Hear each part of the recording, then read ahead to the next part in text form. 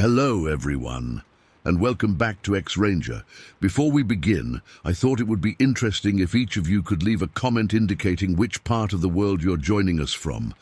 Also, don't forget to like and subscribe if you're enjoying the episodes. Now let's get comfortable, relax, and start our program. I got to the Trinity Alps early that morning, feeling this overwhelming urge to escape everything back in Hammond. I'd quit my exhausting job, ended a long relationship, and decided I just needed to get away. Really get away. So I retrofitted a simple RV and drove straight toward Canyon Creek Lakes, hoping I'd find some peace among the towering pines and the crisp air. For most of the drive, I was excited, even though a small knot of anxiety stuck in my stomach. I told myself it was just from all the changes I'd gone through. Once I arrived near the trailhead, I parked my RV in a spot that seemed secluded enough. Right away, I noticed how empty the area felt. I only saw 2 other cars in the parking lot, and they looked like they'd been there for a while. Part of me was relieved. I wanted solitude. But as soon as I stepped out, I felt this eerie hush in the air. It wasn't a normal quiet. It was like the woods were holding their breath. Still, I pushed the feeling aside, convincing myself I was just hypersensitive after everything that had happened. I set up a small camp not far from the RV, basically just my portable chair, a little table, and a spot where I could grill a quick meal. As I gathered some firewood, these enormous trees loomed over me with a kind of silent authority. Every branch creaked in the breeze, making me jump. I tried to shake it off and focus on the gorgeous scenery, the ridges, the trail leading deeper into the woods, the promise of crystal-clear lakes ahead. I kept telling myself this was exactly what I needed, no more overthinking, no more drama. Just me, nature, and a bit of fresh air. After I'd organized my campsite, I decided to explore the nearby trail for a couple of hours. That's when I spotted something that made my skin crawl. On the trunk of this thick pine tree, there were strange carvings, kind of spirals and odd shapes. At first, I thought they might be trail markers, but they didn't look like the usual blazes I'd seen on other hikes. They seemed more deliberate, almost ceremonial. I don't know why, but I felt a little chill run down my spine. I tried to brush it off. People sometimes carve weird stuff into trees for fun, right? Maybe it was just that. I kept walking and eventually ran into a man resting on a rock by the trail. He was sharpening a knife. I could hear the scraping of metal before I even saw him. There was something off about how quiet he was, but I greeted him anyway. He nodded back, then asked if I was on my own. It was such a straightforward question, but his tone sent alarm bells ringing in my head. I considered lying, but for some reason, I just said yes. He looked me up and down, then mentioned a local legend about a witch roaming these mountains, someone who supposedly hated outsiders. He gave a small, weird laugh, like he wasn't sure if he should joke or be serious. I tried to force a grin and told him that sounded like a campfire story. Inside, though, my pulse was racing. We parted ways, and I walked faster than I intended, glancing back over my shoulder every now and then. When I reached a bend in the trail, I could swear I heard distant humming behind me. I don't know if it was the wind or the man humming or my imagination, but something about that sound made me uneasy. Eventually, I decided I'd had enough exploring and turned back toward my campsite. My plan was to make dinner, watch the sunset, and maybe read a bit before calling it a night. Back at camp, I lit a small fire.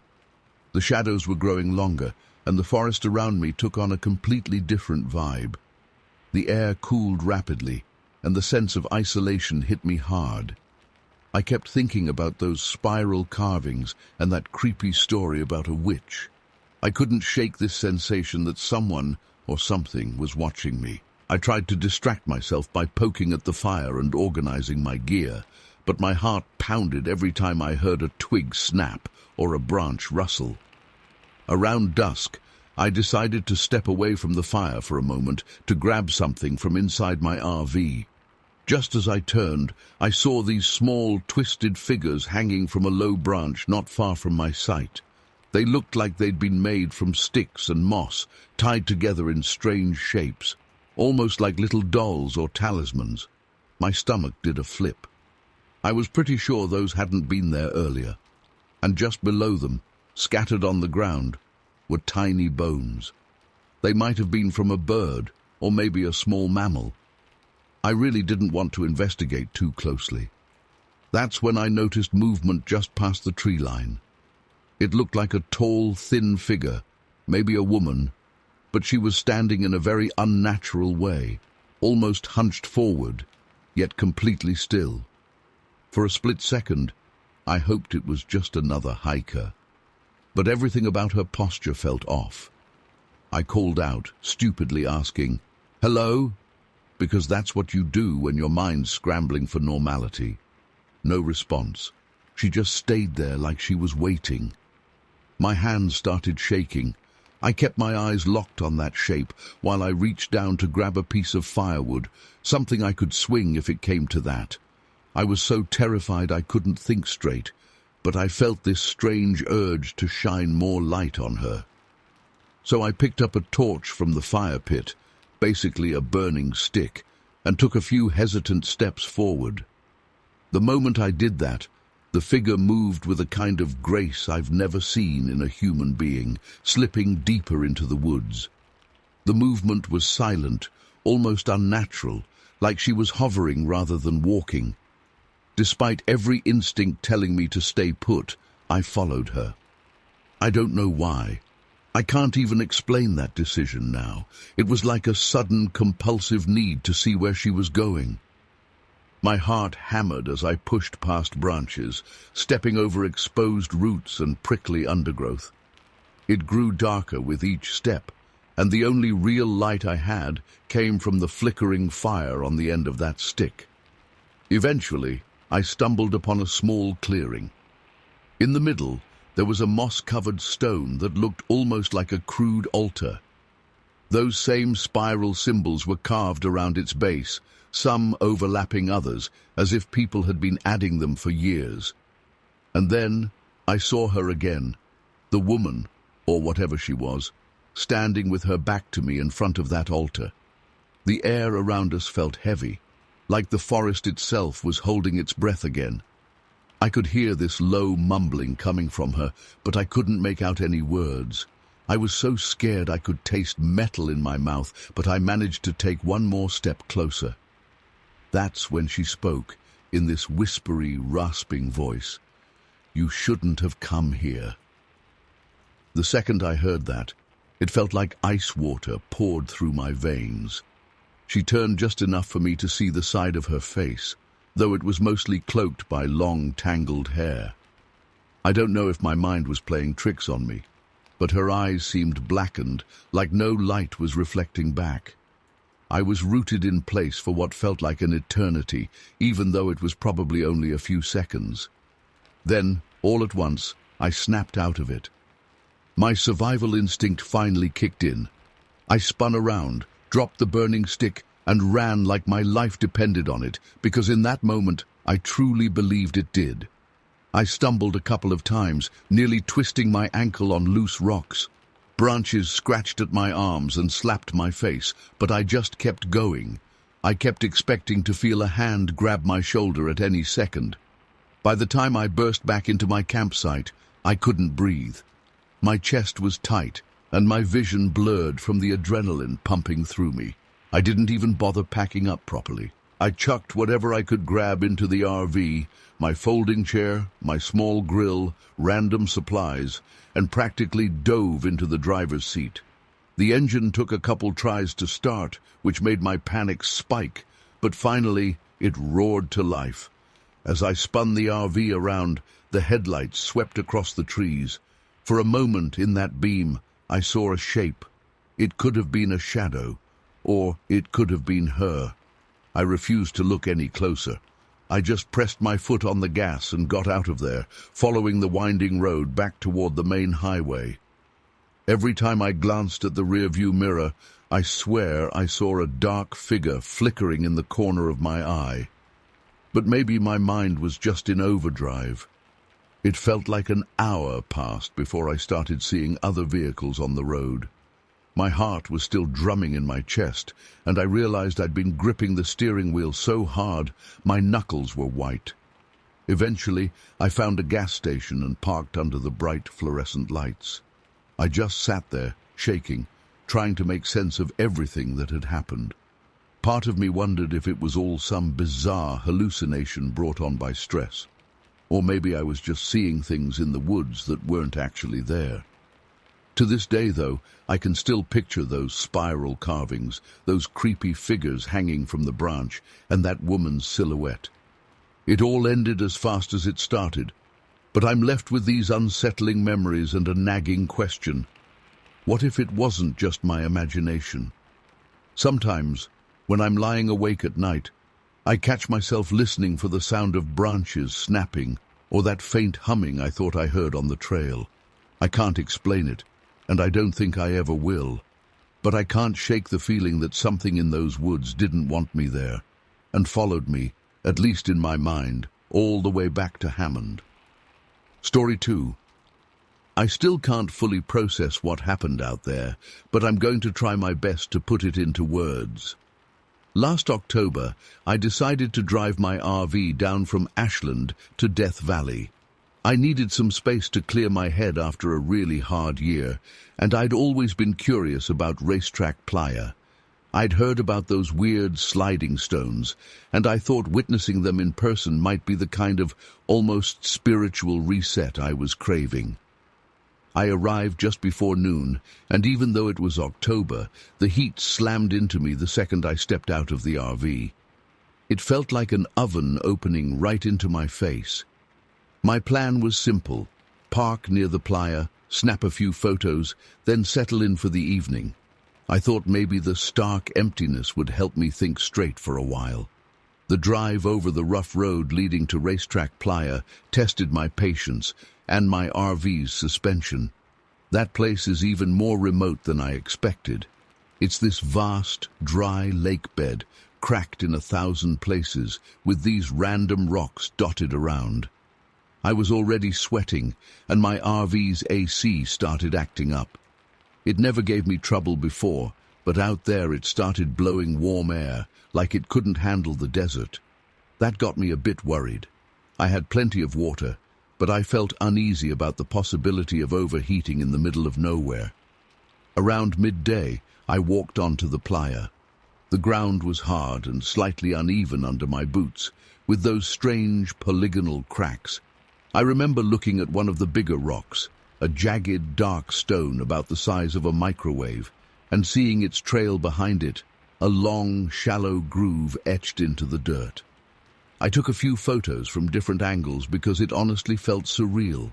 It reminded me that nature can be bizarre in ways we hardly understand. I was out there for maybe 2 hours, just wandering, snapping pictures and checking out the different stones. When I got back to my RV for a quick bite, the first thing I noticed was how the temperature felt like it had jumped another 10 degrees. The sweat was literally dripping off my forehead. But something else caught my eye. One of the large stones I'd photographed, maybe 30 minutes earlier, seemed to have shifted significantly. It was now closer to my RV's direction, and the drag mark behind it was fresh, like someone had yanked it through the dust. I stared at it for a long time, wondering if I'd just misread its original position. It gave me the creeps, though, because it hadn't even been that windy. Feeling a bit unsettled, I decided to track down a ranger station or some kind of outpost to refill my water jugs and maybe ask about the stones. I found a small station a few miles away, and that's where I met Carla, a park ranger. She was polite, but kind of distant. I asked her if she'd ever seen the stones move in real time. She shrugged and said she heard people claim to see all sorts of things at Racetrack Playa, including hearing strange voices or music carried by the wind at night. She gave me this odd look, almost like a warning, and said, If you start hearing that singing, might be time to go. Some folks say it never shuts up if you stick around. That comment stuck in my brain, and I couldn't shake it. But she offered no further explanation. She just told me to be careful and conserve water. I drove back to my makeshift campsite on the edge of the playa, determined to stay at least until nightfall. I wanted to see the stars over that giant flatland. Evening came faster than I expected, and the temperature dropped, but not by much. It was still uncomfortably warm, and it got quiet. Not the normal nighttime rustling or chirping, but a strange emptiness, like the desert itself was holding its breath. That's when I noticed something else. A low, soft sound, almost like someone humming a tune they'd forgotten the words to. At first, I told myself it was just the wind bouncing off the rocks. The wind in Death Valley can produce eerie tones, but this didn't fade or change pitch. It was consistent, like an actual melody carried on the breeze. My heart sped up, and every hair on my arm stood on end. I tried to focus on the direction it was coming from, but it seemed to circle around, echoing off the distant rocky walls.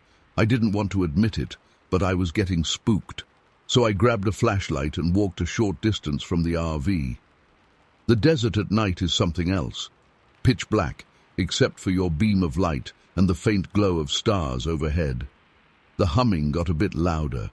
I nearly dropped the flashlight when I saw a shape standing near one of the larger rocks. It looked like a woman, with a long, dusty dress that swayed in the faint desert breeze. She was maybe 30 or 40 yards away, not quite close enough for me to see her face clearly, but I could tell she was looking straight at me. Everything in my body told me to call out and see if she needed help. Death Valley is not a place you want to wander alone at night. So I forced myself to walk closer, calling out something like, "Hey, are you okay?" She didn't answer.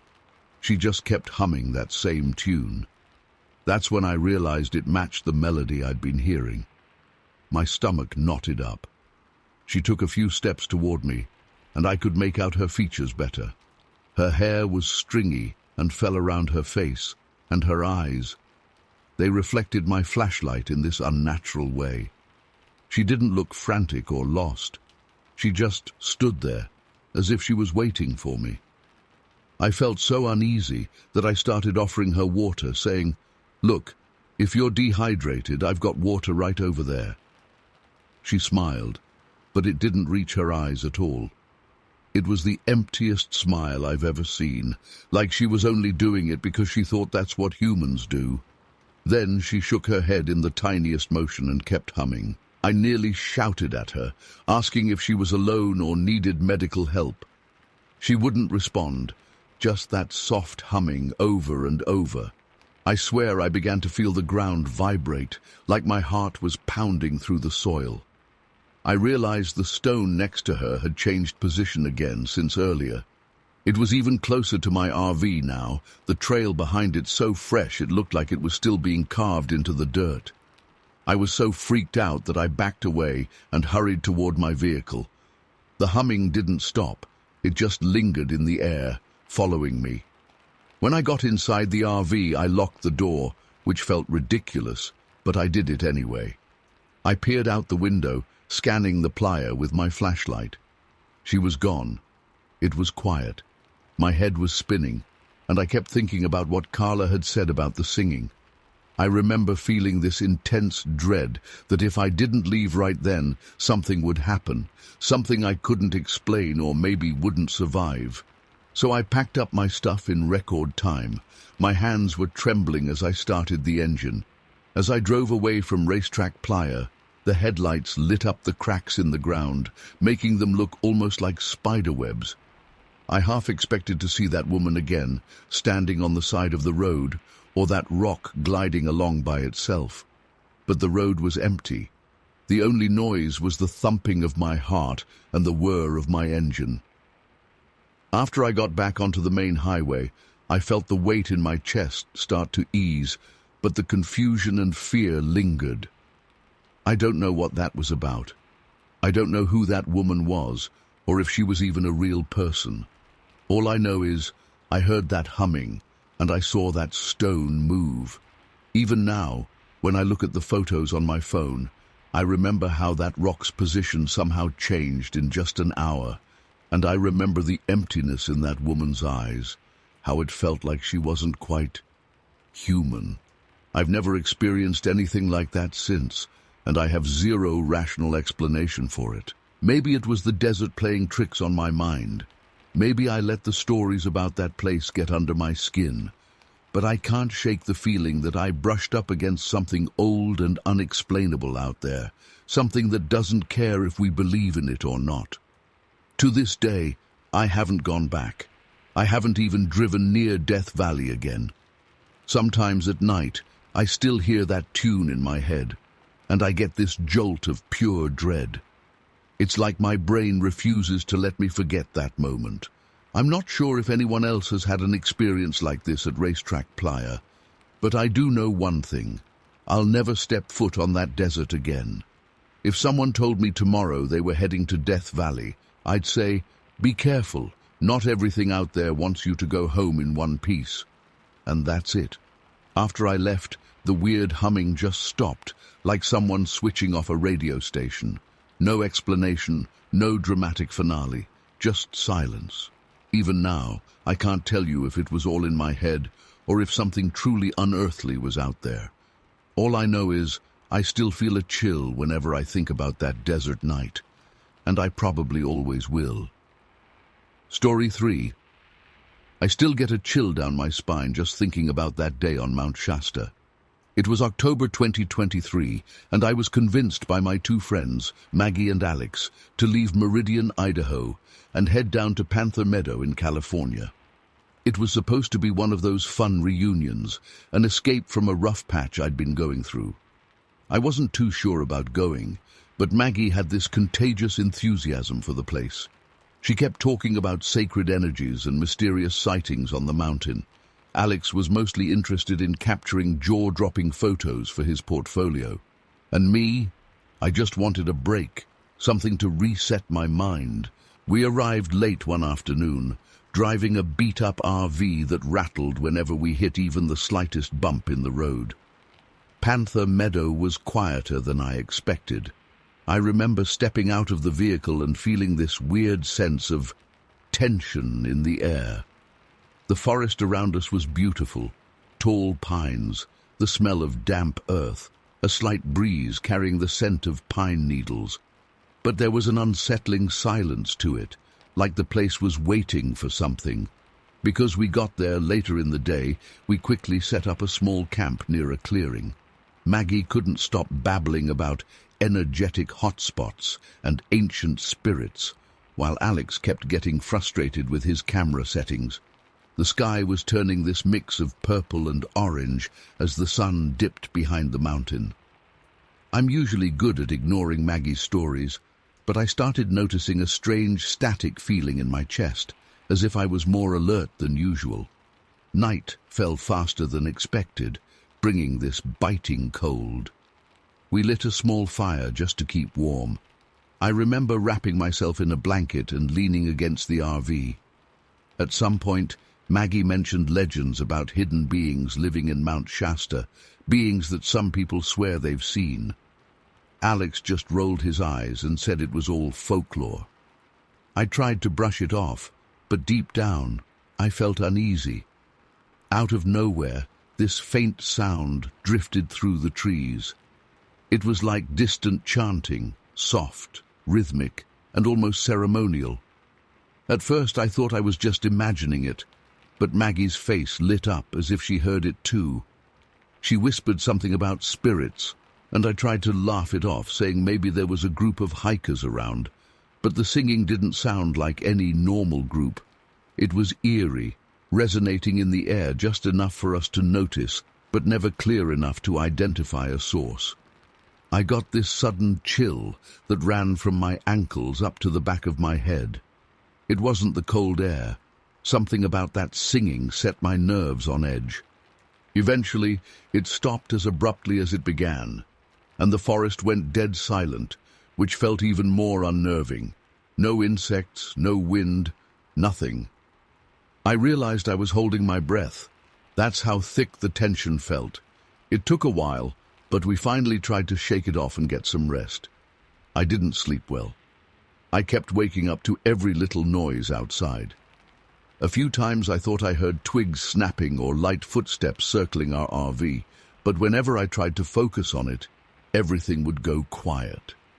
By morning, I was exhausted, and I noticed Maggie staring at her compass. The needle was just spinning in random directions, like something was throwing it off. Alex checked his camera and muttered about error messages on his LCD screen. None of it made sense, but we shrugged it off and decided to go for a short hike, thinking fresh air would help us clear our heads. That's when the real tension started building. The trail was peaceful at first, but I swear I felt this constant pressure in the back of my mind, like someone was watching me. I kept looking over my shoulder, half expecting to catch a glimpse of a person standing among the trees. Once, I thought I saw a dark shape sliding behind a trunk, but it vanished the moment I tried to focus on it. I told myself it could be an animal, maybe a deer or bear, but my gut feeling said otherwise. Alex admitted he saw shadows moving just at the edge of his peripheral vision too. He was trying to snap pictures, but every time he aimed his camera, it would glitch out or freeze. Maggie was uncharacteristically quiet, almost as if she was listening for something. She'd tilt her head to the side, as if trying to pick up a faint noise we couldn't hear. By the time we got back to the RV, clouds had rolled in, dark and heavy. The wind picked up, making the trees bend and groan. Inside the RV, the walls creaked and rattled in the gusts, and I felt a knot in my stomach. The day had slipped by in this haze of unease. I remember Alex trying to cook something on the tiny stove, but none of us had much of an appetite. Nightfall came again, and the tension was practically suffocating. I kept watching the window, feeling like any second something would appear right outside. Around midnight, we heard tapping on the side of the RV, short, deliberate taps, almost like someone knocking to get our attention. My heart leapt into my throat.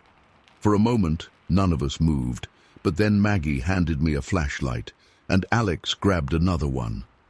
We had no idea what we might find. When we opened the RV door, I nearly tripped on the steps because my legs felt so wobbly. The wind had died down, and the air was strangely still. We scanned the perimeter with our flashlights. Then, at the edge of the tree line, I saw a tall figure. It had the shape of a person, but something was off. Its limbs seemed too elongated, and when my flashlight caught its eyes, they reflected the light like an animal's. It just stood there, perfectly still, staring at us. I felt an overwhelming wave of dread, like my body was screaming at me to run. Maggie let out a stifled yelp, and in that split second, the figure moved. It didn't run, it almost glided backward into the darkness. One moment it was there, and the next, we were alone in the cold night. My breath fogged up in front of me, and I couldn't get my heartbeat to slow down. Everything in me wanted to pack up and leave right then, but it was so dark, and the roads near the meadow weren't the easiest to navigate at night. We decided we'd leave first thing in the morning. I barely slept again. Every little creak or gust of wind made me sit upright, heart racing. At some point, I drifted off, and when I woke, it was dawn. That's when I noticed Maggie wasn't in her sleeping bag. I called her name, looked outside, then shook Alex awake.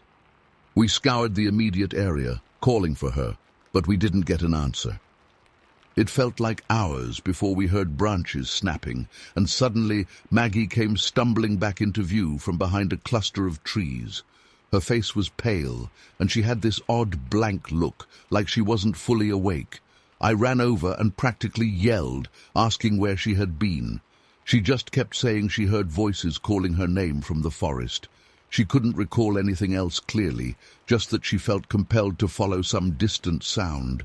I tried pressing for details, but she looked dazed and seemed to have no real memory of what happened. She was out there alone, wandering, for who knows how long. That was our breaking point. Alex and I agreed we needed to get out of there as soon as possible. No pictures were worth this. I packed in a hurry, my hands shaking. The RV still felt stuffy and eerie, like the atmosphere hadn't cleared. Even after we started driving, I couldn't get rid of that sensation that something was right behind us, watching through the rear window. The weirdest part is how abruptly everything just ended. Once we got a few miles away from Panther Meadow, the wind calmed, the sky brightened, and Maggie seemed to snap out of her stupor. Alex's camera stopped glitching, and even Maggie's compass went back to normal.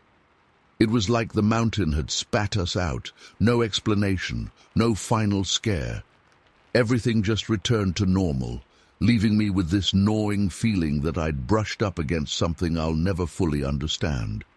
Back home, I tried to piece it all together, figuring out if it was some group of pranksters, some natural phenomenon, or if my imagination was in overdrive. None of my theories really fit, especially when I remember the specific details. That unnatural chanting, the figure with reflective eyes, Maggie's memory loss. I still get goosebumps recalling those piercing eyes by the tree line. It felt real, every bit of it.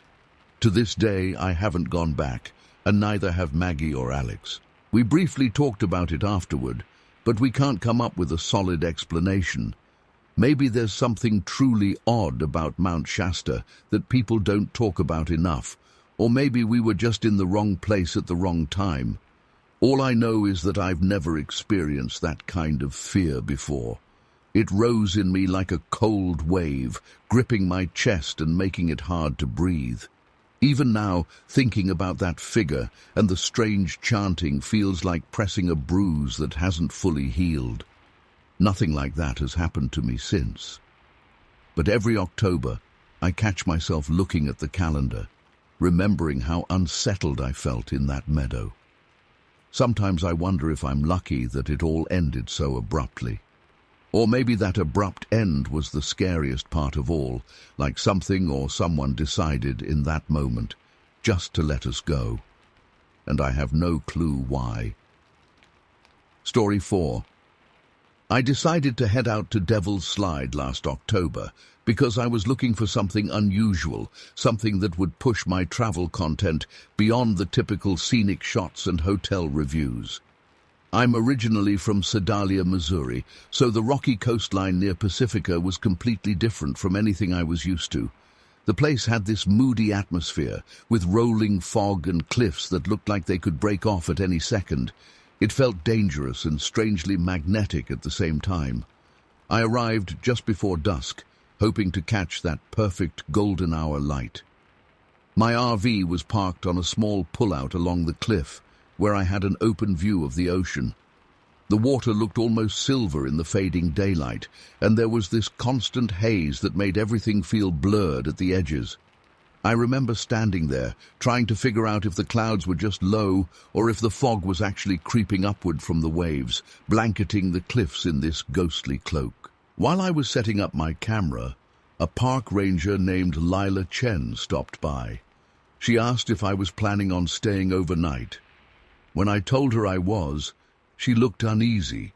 She mentioned the cliffs being unstable and mumbled something about not recommending anyone sleep out here. At first, I figured it was just about safety. Maybe there'd been landslides or something. But the way she kept glancing at the darkening horizon gave me the impression she was holding something back.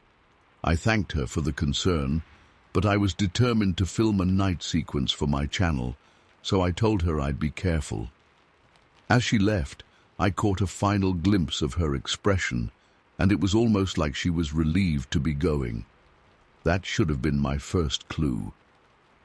Not long after, night started to settle in, and the fog thickened so fast it felt like someone dropped a heavy curtain over the whole area. The wind picked up too, making this low whistling sound around the corners of the RV. I remember thinking how eerily quiet the place was, aside from that soft wind. There was no typical nighttime chatter of insects, or even distant traffic, just the ocean's distant roar. muffled by the mist. I was in the middle of positioning a camera to catch a time-lapse of the fog when I heard it. A distant singing. It was faint, almost like a lullaby drifting in and out with the waves. At first, I wondered if someone was out on the trail. Maybe an odd time for a stroll, but it wasn't impossible. Curiosity got the better of me, so I walked closer to the edge of the cliff, shining my flashlight around. The beam cut through the fog, but I couldn't see any definite shape or person, just that soft, eerie melody that seemed to echo off the rocks. Eventually, the singing stopped so abruptly that it made my heart pound. It was as if whatever made that sound realized I was looking for it and decided to go silent. I felt this chill that had nothing to do with the ocean breeze. I told myself to shake it off. I'd come here for spooky footage after all. But still, something about the quiet that followed made me feel like I was being watched. I retreated to the RV for warmth, plugging my camera into my laptop to review some of the day's shots. That's when I noticed a strange, flickering light on one of the clips. It was right at the edge of the frame, near the cliff where no one was standing, at least not that I saw while recording. The more I replayed that segment, the more I convinced myself it had to be some weird reflection or lens flare. Yet every time I paused, the light seemed to have shifted position ever so slightly. I could swear it was moving. My stomach twisted in a knot, but I brushed it off as a glitch. As the night went on, I kept hearing the wind rustle against the RV, but sometimes it sounded like soft taps on the walls. I tried turning on my exterior lights to see if there was an animal, or maybe branches hitting the vehicle, but there was nothing around. Just that thick, rolling fog and the shape of the cliffs in the distance. It was close to midnight when I decided to step back outside for more footage. The moment I opened the door, the singing started again. Louder this time, carrying a strange echo that seemed to come from all directions. My heart felt like it was going to jump out of my chest. I inched toward the cliff, shining my flashlight along the ground to make sure I didn't accidentally step too close to the edge. That's when I saw a silhouette through the fog. It looked like a woman with long hair, standing right near the drop-off. She was facing away, but her posture was unnatural, like she was leaning over the cliff, yet not falling. I called out, just a simple, "Hey, do you need help?" But she didn't move or respond. Instead, it was like she was drifting sideways, sliding over the rocky ledge with an unsettling smoothness. For a split second, the beam from my flashlight caught part of her face, and what I saw was almost colorless, like she was drained of life. But then she vanished behind a swirl of fog so quickly that I couldn't be sure of what I'd actually seen. I stood there, frozen, feeling my lungs tighten. Everything in me screamed to run back to the RV, but a part of me was afraid that if I turned my back, something might rush me from behind. It was this paralyzing moment where I just kept breathing in that damp air and willing myself to move. Eventually, I forced my legs to carry me back, practically tripping over my own feet in the process. Inside, the taps on the walls started up again, louder and more rhythmic, like someone was actually knocking. I held my breath, listening, but I didn't open the door. I was scared that if I looked out, I'd see that face pressed up against the window. At some point, I must have dozed off or gone into some kind of shocked daze, because I realized later I'd been sitting in the same spot, just staring at the door for who knows how long.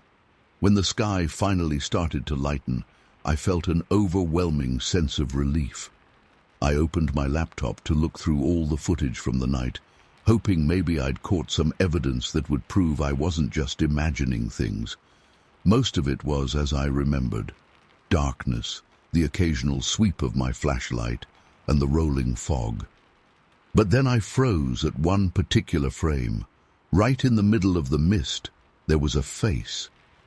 And I'm not talking about some blurry shape you have to squint at. It was pale, almost luminous, with hollow eyes that seemed to be locked right onto the camera. My entire body went cold. I'm not proud of it, but I pretty much bolted. I packed up my gear haphazardly, not even caring if I broke anything in the process.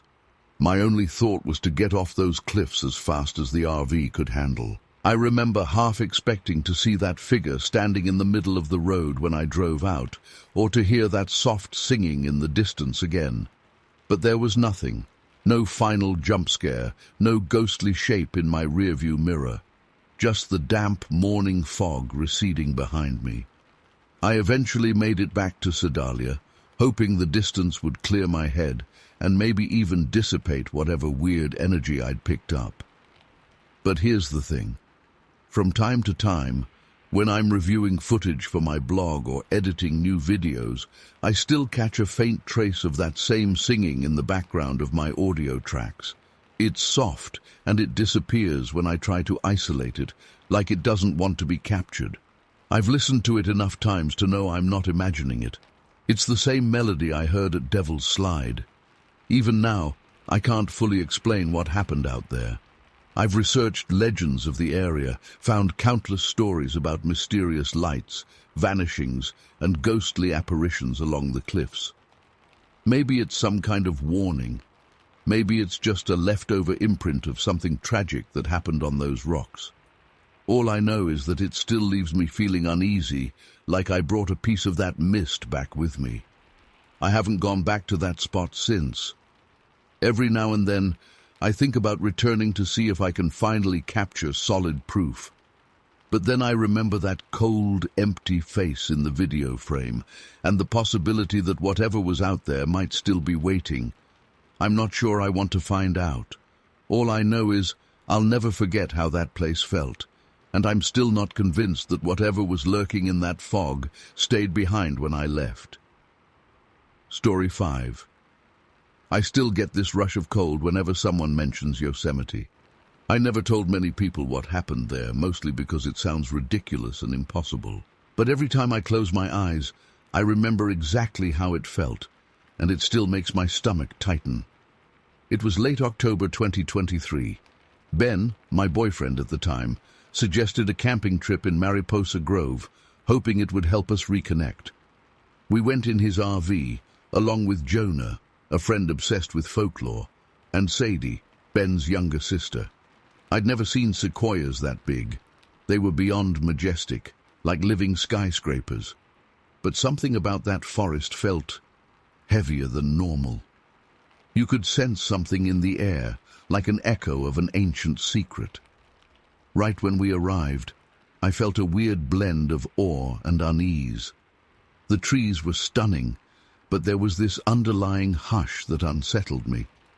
Jonah was thrilled, going on about local legends and how there was this spirit guardian that protected the grove. He said if we weren't respectful, it might take offense. Sadie was teasing him, but I could tell she was a bit on edge. The first odd thing I noticed was my compass going nuts. It wouldn't point north consistently. My phone also kept glitching, which I guessed was from poor reception or something about the minerals in the ground. Still, it made me feel like I couldn't fully trust where we were headed.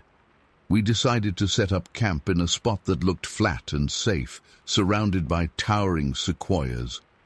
As evening arrived, the forest seemed to grow darker much faster than I expected. It was that time of day when shadows start stretching in odd ways. I heard this faint sound, kind of like a distant flute or maybe chanting. It was almost melodic, but unsettling at the same time. Sadie heard it too, so at least I wasn't imagining things. Jonah tried to say it was the Guardian's call. Ben told him to cut it out because we were all jumpy enough already. We tried to shake it off. We made dinner outside the RV, mostly canned chili and some snacks. The wind picked up and whipped through the trees, making these huge branches creak and groan like they were alive and restless. Sadie suddenly let out a gasp, pointing near one of the biggest trunks. She claimed she saw something tall and skinny shift behind the tree. Ben and I both jumped up, shining our flashlights, but we saw nothing besides bark and shadows. We brushed it off as nerves, but I couldn't ignore the goosebumps on my arms. Later that night, we found fresh footprints around our campsite. They weren't obviously animal prints. They looked more human than anything, but too long and spaced in a weird way. I remember crouching down next to them, comparing my shoe size and feeling a chill run through me. Jonah tried to joke that maybe it was Bigfoot, but no one laughed. Ben said it might just be another camper scouting spots, but none of us had seen or heard anyone else all day. We settled in the RV for the night. I couldn't sleep, though. I kept staring at the window, half expecting to see a face peering in. At some point, I must have drifted off because I woke up to the RV gently rocking, like somebody was pushing it from the outside. My heart pounded so hard I thought it might burst out of my chest. I forced myself to look out the window. In the faint moonlight, I saw something move swiftly between the massive trunks. It looked bipedal, but not shaped like a normal person. It was hunched in a way that reminded me of some primal creature. The way it glided behind the trees, it seemed disturbingly familiar with that terrain, as though it belonged there. I tried to wake everyone up, but by the time we all scrambled to get our flashlights, it was silent again. We stepped outside, scanning the darkness. Jonah kept whispering something about how this might be the forest's way of scaring us out, while Ben insisted it had to be some kind of animal or a very sneaky person. But there was nothing. No movement, no noise, just trees looming over us as if they were listening. We decided to stay awake until sunrise, which felt like an eternity. Every tiny noise made my heart jump, branches cracking, wind sweeping through the leaves. I swear I saw that same shape again once or twice at the edge of the darkness, but it disappeared so fast it was almost like a trick of my eyes. The whole night had this thick tension in the air, like something was circling our little campsite, deciding what to do with us. When dawn finally broke, we all looked exhausted and spooked. We agreed we should pack up immediately. There was no point in staying another night. I felt a pit in my stomach, like we were being watched even as we hurried to gather our things. Jonah was silent, which was unsettling because he's usually the loudest in the group. Sadie was constantly checking over her shoulder. Ben tried to keep us moving, but I could see the worry in his eyes too. He didn't say it, but I knew he felt we weren't alone. I helped Ben disconnect the RV hookups and double-check the site.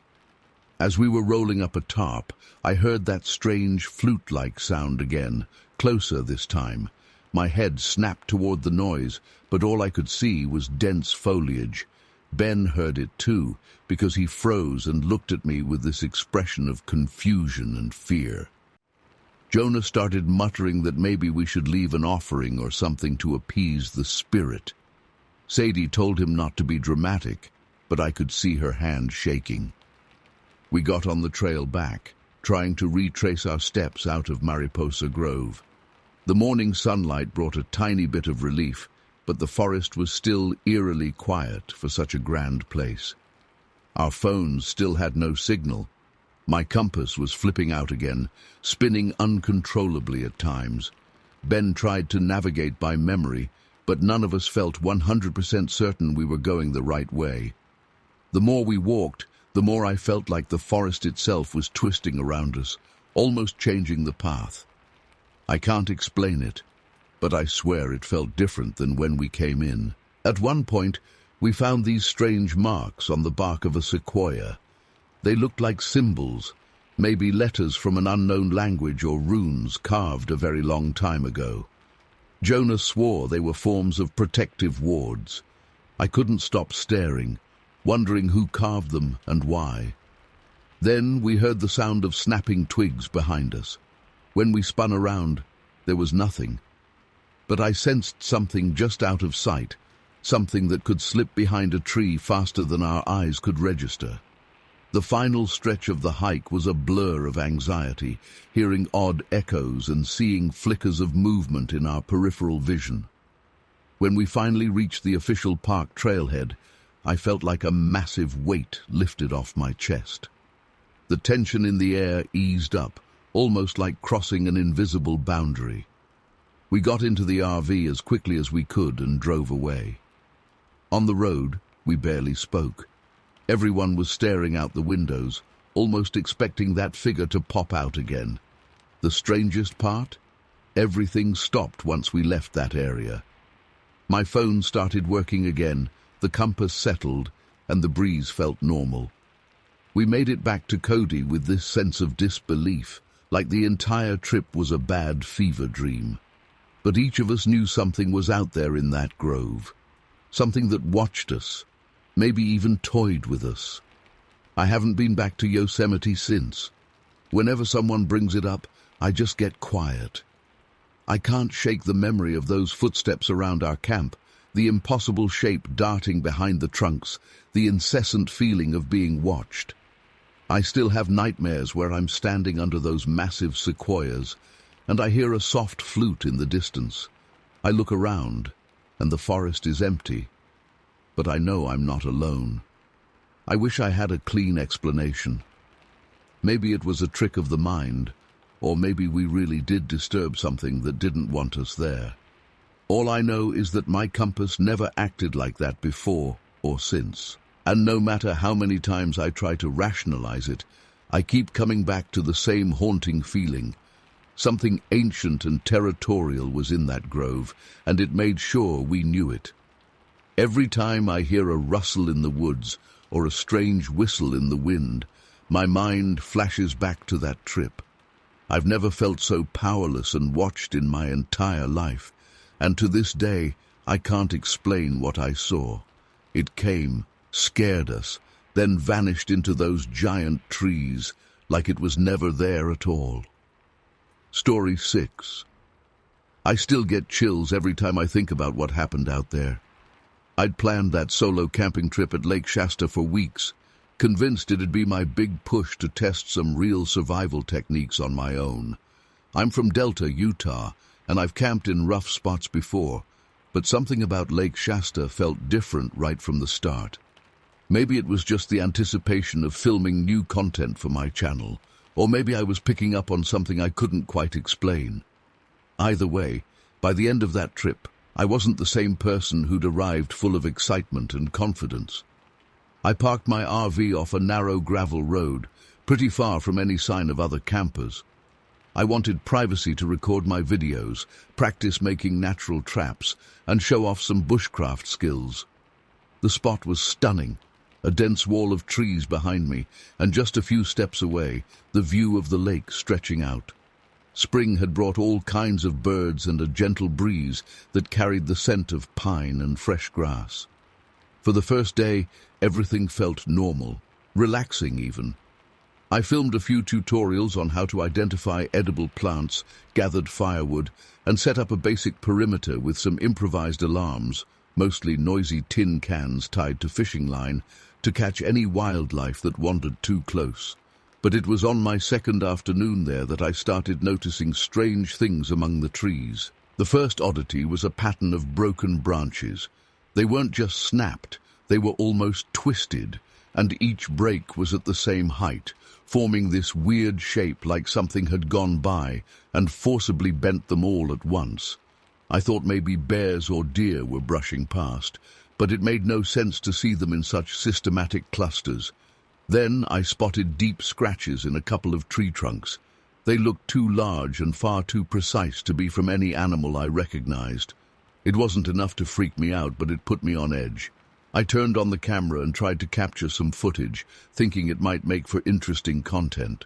By dusk, I was sitting by my small campfire, watching the sky fade into that purple-orange mix you only get in the springtime. That's when I heard it. Footsteps in the brush, too steady to be random animal movement. I flicked my flashlight around, but I didn't see anything. The air felt charged, like static electricity. For a moment I was convinced I'd see someone step out from behind a tree, but the light revealed nothing, just emptiness and the soft crackle of twigs underfoot. After a minute, the noise stopped. I tried to shrug it off, thinking maybe I was exhausted from the day's activities. The next morning, I ventured deeper along a narrow trail that followed the edge of the lake. I wasn't planning to go too far. but curiosity got the best of me. The area was so thick with foliage, it felt like a maze. I had to duck under branches and push aside ferns that brushed against my shoulders. That's where I found the old pocket knife, a rusted, foldable blade lying near the base of a tree.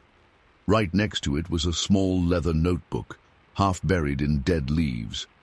The notebook's pages were yellowed and some were torn, but the handwriting inside was still legible in places.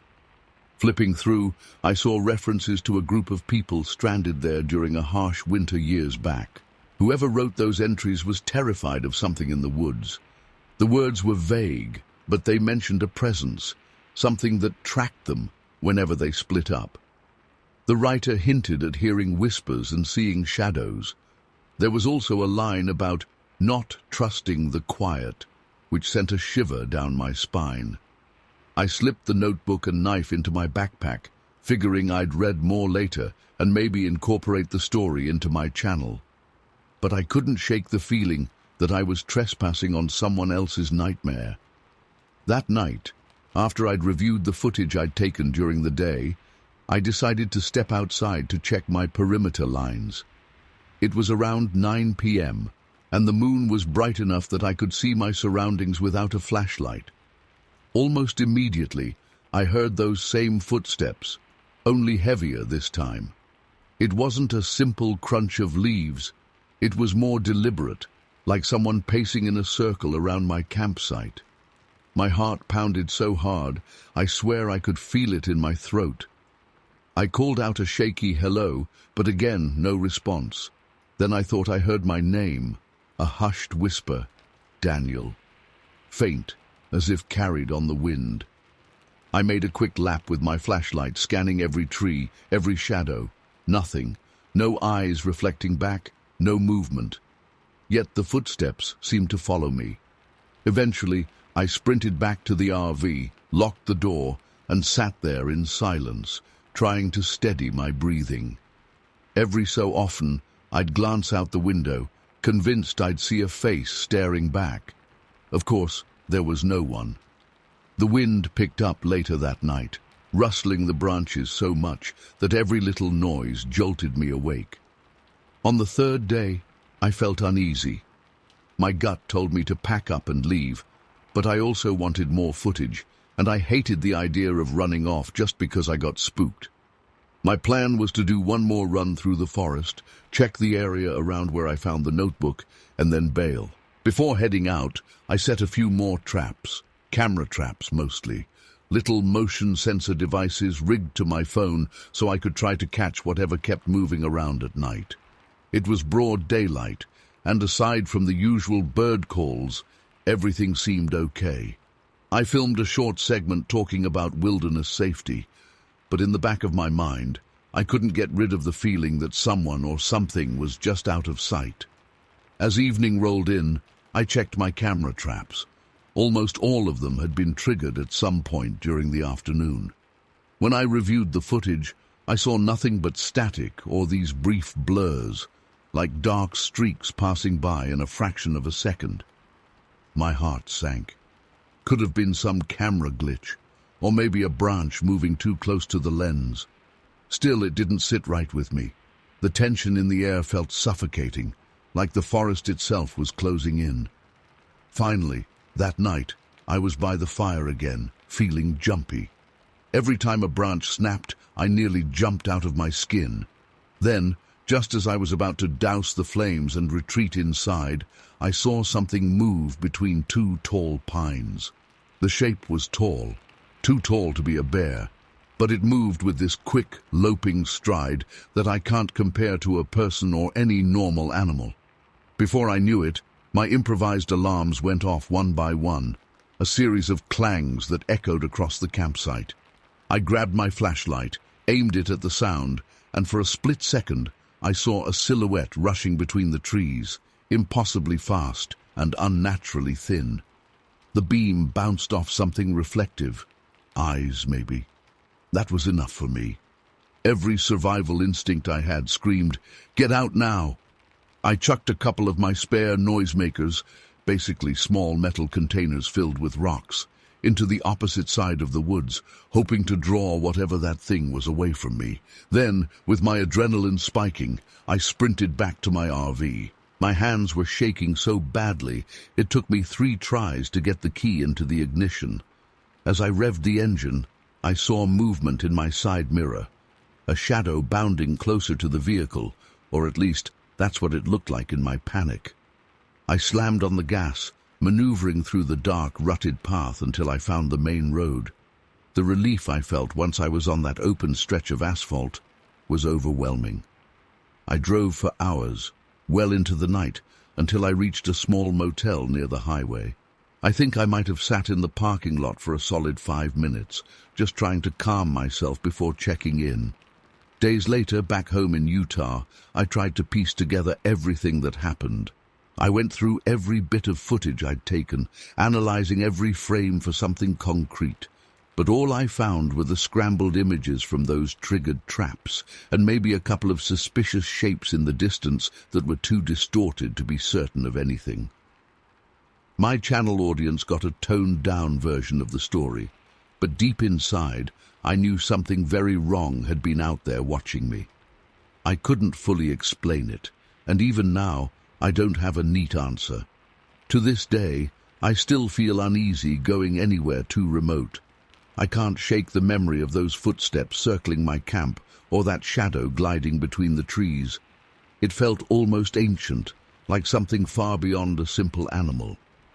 But in the end, it was gone as quickly as it appeared, leaving me with more questions than answers. Sometimes I wonder if whatever I saw was connected to the notebook's account of those unfortunate travelers, or if I just got spooked and overreacted. All I know is, in that moment, it was the most real and terrifying experience of my life. I haven't been back to Lake Shasta since, and I doubt I ever will. Story 7. I remember pulling up to Devil's Gate Dam early that morning, feeling a mix of excitement and this weird heaviness in my chest that I couldn't shake off. I've always chased stories of strange places, hoping to capture something new for my channel, but something about that location felt off from the moment I parked my RV. Globe, my hometown in Arizona, is quiet, and I'm used to long, empty stretches of road. But the atmosphere here was different, almost suffocating, like the air itself was watching me.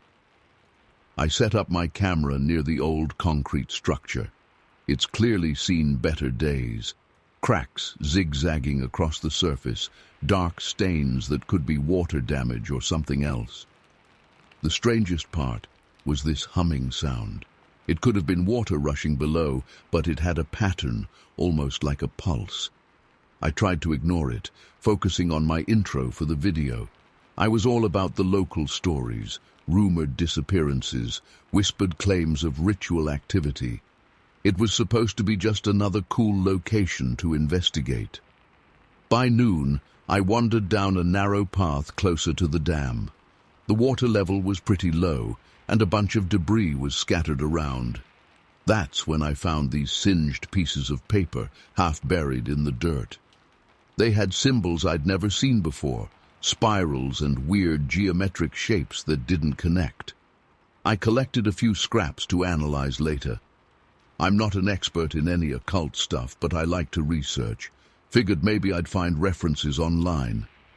I was about to head back to the RV when my camera started glitching. The screen froze, and then it wouldn't record properly whenever I got too close to the dam. It was frustrating, considering I'd tested everything the day before. No power issues, no tech problems. I actually checked if there was some big transmission tower around. Nothing. I ended up putting the camera away, telling myself I'd diagnose it in the RV. Walking back, I noticed how silent the area was. Normally, you'd hear insects or birds, but I couldn't pick up anything except my own footsteps crunching on gravel. Even the wind felt muted. There was this background hush that made my ears ring. That's when I got the first real jolt of fear. I heard what sounded like a whisper coming from under my feet. It was so faint I couldn't make out words, just a sort of hushed noise. I pointed my flashlight around, thinking maybe there was a drainage tunnel or some crack in the ground. Nothing. That was the first time I thought, okay, maybe this place is actually as eerie as people say. By late afternoon, I was sitting inside the RV, looking over the fragments of paper. My engine started sputtering out of nowhere, even though it had been perfectly fine on the drive here. I tried turning it over, and it would catch, then stall. It made no sense, so I hopped out, popped the hood, but I'm not a mechanic. Couldn't see any obvious damage. I made a mental note to figure it out later. Night fell fast, almost too fast. The sky turned that bruised purple color, and a heavy darkness settled around the dam. I wanted to try filming some nighttime shots, so I grabbed my flashlight and stepped outside again. The hush from earlier was even more suffocating now. No chirping crickets, nothing. As soon as I moved away from the RV, I could have sworn I heard footsteps in the gravel behind me, like someone trailing me at the same pace. I spun around, shining my flashlight in a wide arc. Nobody. I kept walking, heart pounding, scanning the ground and the surrounding trees. Every now and then, I caught what looked like a figure, tall, thin, blending into the shadows. But each time I blinked, it disappeared. My nerves were already shot. I tried to talk myself down. It's just your imagination, you're on edge, that's all. But then I heard a clear crunch of gravel, closer this time, and I turned so quickly I nearly dropped the flashlight. Still no one there. That's when I remembered the rumors about devil-worshipping rituals, about people who vanished in this area. I started thinking, what if I'm not alone? What if there's some group still doing weird stuff out here? The thought of stumbling into a real ritual freaked me out even more. I decided to head back to the RV for some sense of safety. Right as I reached for the door handle, I heard this single, heavy thud against the side of the vehicle. It sounded like a fist hitting metal, but deeper, the kind of knock that makes your bones rattle. I froze, bracing myself for someone to leap out of the darkness. I called out, voice shaking, "Hey, who's there?" No response. I swung the flashlight around. Nothing but the lonely outline of the dam in the distance. My heart hammered like crazy as I climbed inside, double-checking that the door was locked. I shut off all the lights, leaving just one small lamp. I tried to breathe calmly, but my adrenaline was spiked. I pressed my ear to the window, listening. At first, nothing. Then faintly, I could hear something that sounded like scraping along the gravel. Could have been a small animal, but I hadn't seen or heard any animals all day. Everything was too quiet. I decided to review some footage on my laptop. The recordings from earlier were mostly useless, glitches whenever I got near the dam. The audio was more disturbing, though. I'd never heard that kind of interference. It was like layers of distorted voices, almost chanting. It gave me goosebumps. I replayed it a few times, trying to isolate the sounds, but it only made it worse. All I heard was this overlapping murmur, like a crowd whispering on top of itself. That's when I realized my hands were shaking.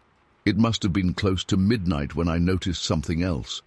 On the small table where I'd left those burnt papers, I saw new smudge marks, like oily fingerprints. I hadn't touched them since I came back. My hands were clean anyway, yet there were these blackish marks on the edges, almost like soot. I peered closer, and out of nowhere, the lamp flickered and died. I was plunged into darkness. I could hear my own heartbeat. Then, one by one, the RV's interior lights blinked off, like something was draining the power. My phone, which had been plugged in, abruptly went black too. I was done. I grabbed my flashlight and decided I'd try to start the engine again and get the hell out of there. I turned the key, and it gave one weak crank, then nothing. I flipped the flashlight back toward the table, wanting to collect the fragments, and that's when I realized one piece was missing. the one with the weird swirl symbol in the center. I frantically searched around the floor, checking under the chairs, but it wasn't there. Did it fall outside? I thought, but my gut told me I wouldn't find it. It was gone, like it had never been there to begin with. Suddenly, there was a second loud bang, this time on the RV's door. It was so forceful, I felt the whole vehicle shake. My flashlight started flickering, and I swear, for a split second, I saw a shape pressed up against the window, an outline of a face or a head, but no distinct features, just a mass of darkness. I screamed, stumbling backward. The flashlight went out completely. I don't think I've ever felt more terrified or helpless in my life. I fumbled in the dark, heart racing, feeling around for anything to use as a weapon. Nothing. Then, just as quickly as everything had gone wrong, the lights came back on. My flashlight came to life in my hand. My phone buzzed, showing it was charging again. The engine even made a little beep that told me the battery was somehow back online. I wasted no time. I started the RV. It roared to life without hesitation. I was honestly so rattled, I almost forgot how to shift into drive. When I finally managed to get the vehicle moving, every nerve in my body was on edge. As I steered away from the dam, I glanced in the rearview mirror. In the distance, I thought I saw the same tall, thin figure standing perfectly still, watching me leave. The strangest part was that the figure seemed to flicker in and out, like it wasn't fully there. I kept driving until I got back onto main roads, not daring to stop. I returned to Globe the next day. Exhausted, paranoid, I immediately checked my backpack to confirm I still had those burnt fragments. Only a couple remained. The one with the swirl symbol was nowhere to be found. I couldn't explain how it vanished. No one had access to my bag, and I'm almost certain I packed everything before leaving. It felt like something, or someone, wanted that paper back. Maybe I shouldn't have taken it in the first place. To this day, I can't explain what happened at Devil's Gate Dam. I've tried telling myself there's some logical reason, electrical interference, illusions caused by stress, maybe a homeless person messing with me. But the memory of that knock on the door, the whispers under the ground, and the missing symbol is burned into my mind. I never ended up publishing the footage. Most of it was corrupted, and even what remained sounded like a jumbled mess of ghostly voices. Every time I think of going back to investigate more, my gut twists into knots. I've done plenty of strange location shoots before, but nothing like this. All I know is, whatever lurks around that dam, it doesn't want to be found, and I don't plan on looking for it again. Sometimes the best thing you can do is walk away and never look back. Story 8. I've been hesitant to talk about this for a while, but I can't keep it bottled up anymore. Last spring, I decided to head to Yosemite's Hetch Hetchy Valley to film a new episode for my travel channel. My name's Ben Harper, and I live in Bliss, Idaho, where I usually document quieter, lesser-known outdoor spots. This time, I thought Hetch Hetchy would be the perfect place, beautiful scenery without the crowds. I brought along my girlfriend Nina, hoping we could spend some time together away from everyday stress. My old friend Travis also joined, always up for any kind of adventure, and Kelly tagged along at the last minute. Kelly wasn't really an experienced hiker, but she wanted something fresh in her life, so she figured this would be a great chance. For the first 2 days, everything went about as well as I could have hoped. We got amazing footage of the reservoir, dramatic rock formations, and waterfalls that looked straight out of a postcard. But from the start of day 3, our last day there, something felt off, like the forest itself was holding its breath. I know that sounds dramatic, but it's the best way to describe that tension in the air. We woke up early because I wanted to catch some sunrise shots. Right away, Nina pointed out these strange scratches on a cluster of trees. They were arranged in neat, almost geometric patterns. I remember running my fingers along the grooves, half expecting them to match the spacing of a large animal's claws. but they didn't. They were too uniform, like someone had used a tool to carve them. Kelly was standing nearby, and she got this uneasy look, muttering that she didn't think they were from any bear or mountain lion. I shrugged it off for the camera's sake, trying to stay upbeat for my audience, but I couldn't shake this gnawing feeling that something was watching us. As the morning went on, Travis started making jokes about forest spirits and how the spookiness would be great for my channel. He was the kind of person who loved the adrenaline rush. Nina, on the other hand, was dead serious. She kept fiddling with our GPS, claiming the readings were acting strange. At one point, the device suggested we were moving in circles, even though we were on a fairly straightforward trail. The map on the screen looked like we were wandering around the same patch of forest, but physically, we were progressing toward a new viewpoint. Nina showed me the weird path on the GPS, and I brushed it off with some rational excuse about signal interference. But in the back of my mind, I felt uneasy. That afternoon is when Kelly started seeing things. At least, that's what she claimed.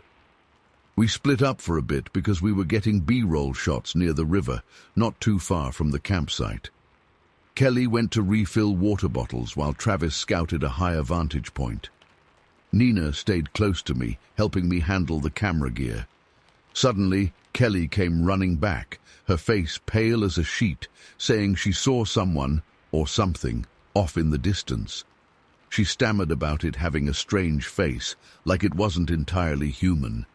She said it kept staring at her without making a sound. The way she described it made the hair on my arms stand on end. Travis returned to find Kelly panicking, and he tried to calm her down.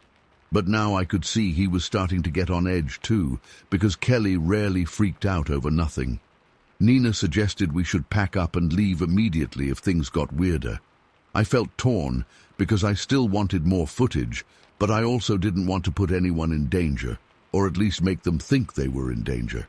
So we decided we'd do a quick final shoot at sunset, then head out the next morning. Around dusk, those flute-like sounds started.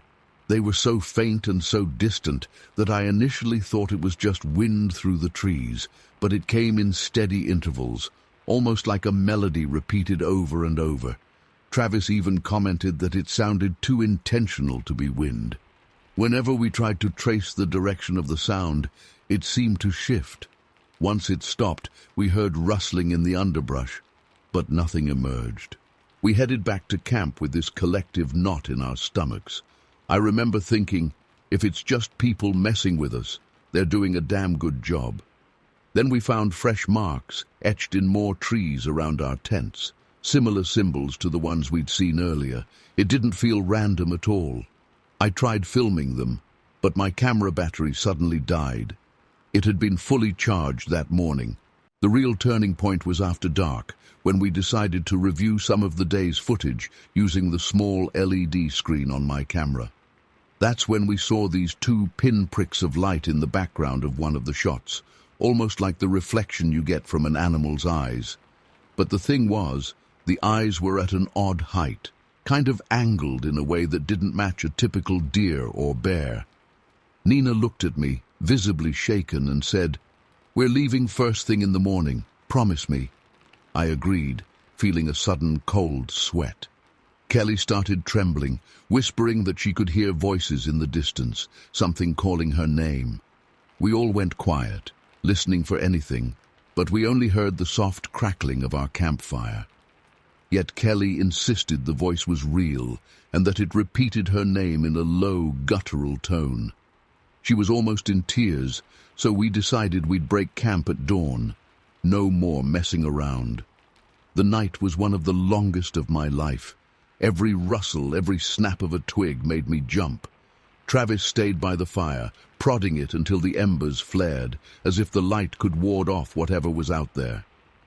Nina barely said a word, just sat close to me, clutching my arm.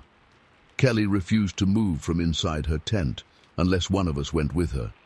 I tried to keep it together by mentally planning our route out, but my heart was pounding. At some point, the flute sound started again, distant, but haunting.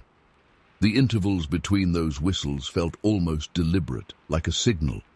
I kept hoping we'd see a ranger or some other hikers, but no one came. I'd never felt so isolated. By the time dawn finally broke, we were exhausted. We packed our gear in record time and got moving. We didn't speak much while hiking back. The forest felt unnaturally quiet, as if it had been drained of all the usual morning birdsong. On the way, though, we passed a tree with fresh scratches that definitely hadn't been there the day before. Same weird symbols carved deep, with fresh splinters hanging off. It looked like a warning. The closer we got to the trailhead, the more we felt we were being watched. Occasionally, I'd catch a glimpse of movement in my peripheral vision, like a shape ducking behind a trunk. The worst part was, no matter how fast or slow we walked, that sensation never left.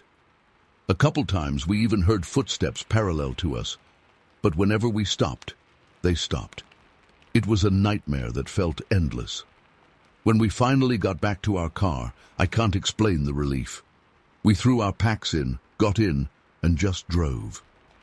The second we were on the main road heading away from Hetch Hetchy, it was like someone lifted a heavy weight off my shoulders. I still have all the raw footage at home. Even now, my hands shake when I load it on my editing software. There are moments where you can see something lurking in the distance, sometimes a flicker of movement, sometimes those two reflective points that look like eyes. I've shown it to a few close friends, and they all have different theories. Could have been an animal, or even a prank by other campers. But none of that explains the weird symbols, the flute music, or how Kelly heard voices calling her name. I haven't gone back to that part of Yosemite since.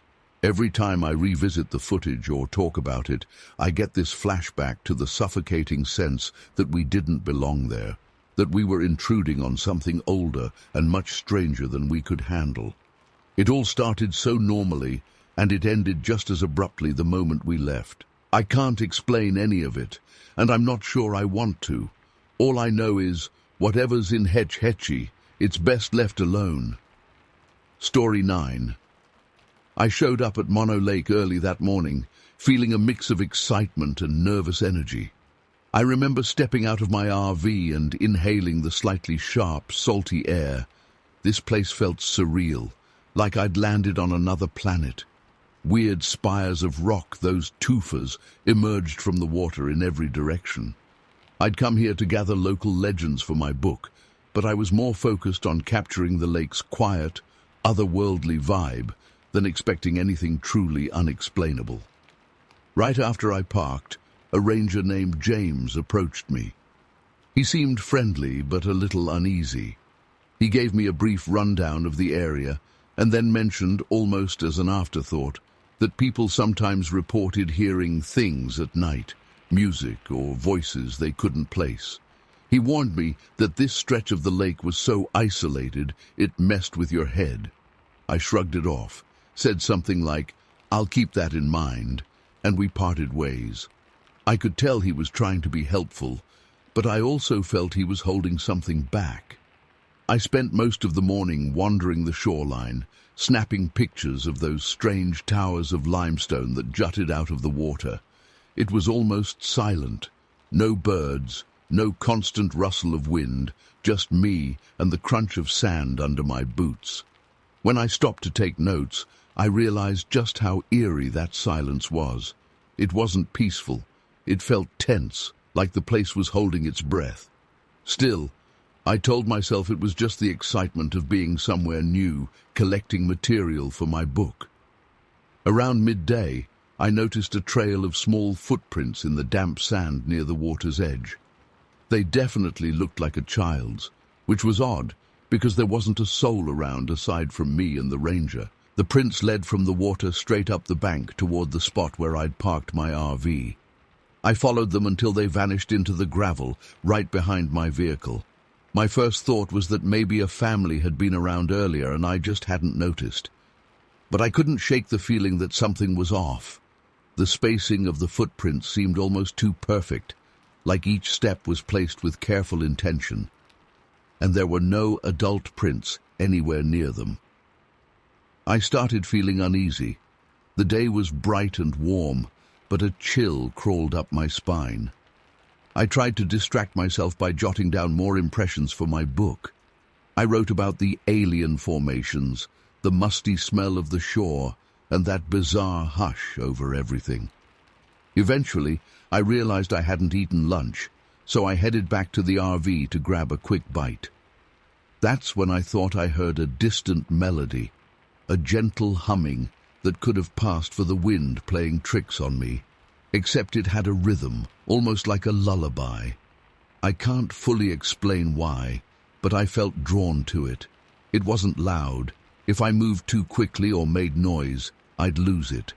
I caught myself holding my breath, trying to hear better. The melody seemed to come from the direction of the tufas by the shore, but I didn't see anything or anyone. Even though it was midday, the temperature felt like it had dropped. A weird, static-like anxiety spread through me. After a minute or two, the sound faded. And then there was that heavy silence again. James showed up not long after, making his rounds. I decided to mention the footprints. He raised an eyebrow and admitted people often reported seeing small footprints or even glimpses of a child near the water. Most wrote it off as a trick of the light or illusions caused by the heat. But he told me, in a lowered voice, that some campers claimed they'd heard faint singing at night, almost like a child calling them toward the lake. He didn't dwell on it, but he did say, "If you hear anything strange tonight, just ignore it." Then he gave me a tense nod and left. By late afternoon, I was perched on a rocky outcrop, trying to get the best view of the sunset. Mono Lake at dusk is stunning. Purple and orange skies reflecting off the salt water. The tufas looked almost alive in that light. But then I noticed a ripple in the water. It looked like something or someone was moving near the surface. I caught a glimpse, just for a second, of what appeared to be a small figure wading.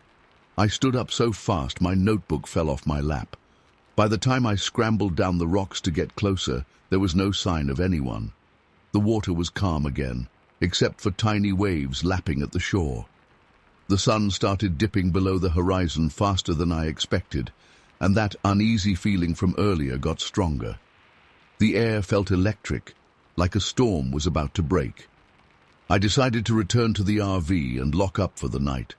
Maybe it was just paranoia, but I felt like I wasn't alone out there. I closed the curtains, turned on a small lamp, and tried to focus on writing.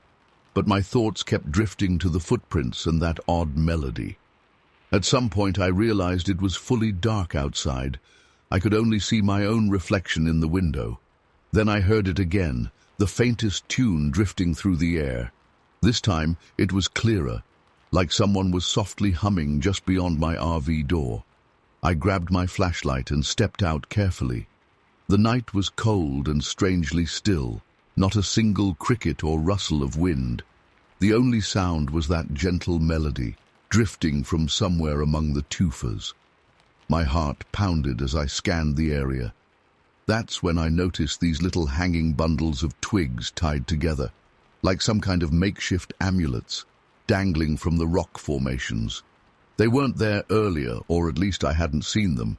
They were swaying lightly, almost in sync with the melody I kept hearing. I felt like my skin was shrinking around my bones. There was an unshakable sense that I was trespassing on something ancient. Then, from the corner of my eye, I spotted a small figure standing by the water's edge. It looked like a child. Thin shoulders, dark hair, maybe. The figure wasn't moving at all. It just stood there, facing me. My flashlight beam caught those outline details, and my blood went cold. I wanted to call out, but my voice stuck in my throat. Part of me wanted to run forward and see if this was a kid needing help, but another part of me was screaming to get back inside and lock the door. I forced myself to whisper, "Hey, are you okay?" The figure didn't answer. It just kept staring. Then, as if it dissolved into the darkness, it vanished. 1 second it was there, the next it was gone. I felt this overwhelming emptiness, like the atmosphere had been sucked out. My hands trembled as I shut myself back inside the RV. I tried to start the engine. I was done. I wanted out. But the RV wouldn't turn over. The ignition clicked, the lights flickered, and a faint burning smell wafted from the dashboard. Panic flared. I tried again, pumping the gas, but the engine refused to roar to life. It was as if something had drained the battery completely, but I'd checked my levels earlier that morning and everything was fine. Outside, that melodic humming started up again, closer this time. Every hair on my body stood on end. I felt trapped, pinned in place by fear and by whatever was draining my vehicle's life. I remember thinking, am I going to be stuck here all night?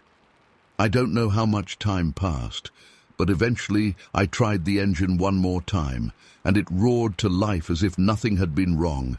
I didn't question it. I threw the RV into gear and pulled away from that spot so fast I nearly drove into a ditch. In my side mirror, I swear I saw a flash of movement behind one of the tufas, a silhouette or shape maybe, but I didn't stick around to find out. As I left Mono Lake behind, that humming faded, and this weird sense of heavy pressure lifted off my chest. Once I hit the main road, it was like the normal world returned, and I finally exhaled. Even now, I can't explain it. Something about that place felt alive in a way I've never experienced anywhere else. I don't know if it was a spirit, a ghost, or just my imagination playing tricks, but whatever it was, I still get chills just thinking about it. I've been to plenty of eerie locations for my research, but Mono Lake was different. It's not just ancient, it's like it has its own consciousness that reaches out to anyone who lingers too long. And I'm not someone who scares easily. Yet, months later, I still wake up at night half convinced I hear that soft melody trailing through the darkness. It started and ended so abruptly that I'm left with nothing but questions and a deep-seated terror I can't fully shake. All I know is I'll never camp alone in that spot again, and if you ever go, keep an ear out for those hidden lullabies drifting over the salt water. They might just be waiting for you too. Story 10. I'm from Laramie, Wyoming, and I've always been drawn to remote places where I can photograph rare birds. A few months ago, I drove my RV out to Messino National Forest, hoping to find the elusive gray-breasted flycatcher.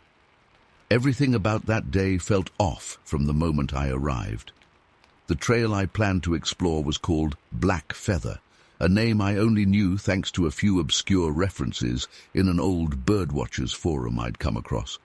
There wasn't much else about it online. I figured it might be untouched birding territory. When I pulled up around late afternoon, the place just felt heavy. The air was damp, and my throat got this uncomfortable tightness right when I stepped out to set up camp. I remember thinking it was weirdly quiet.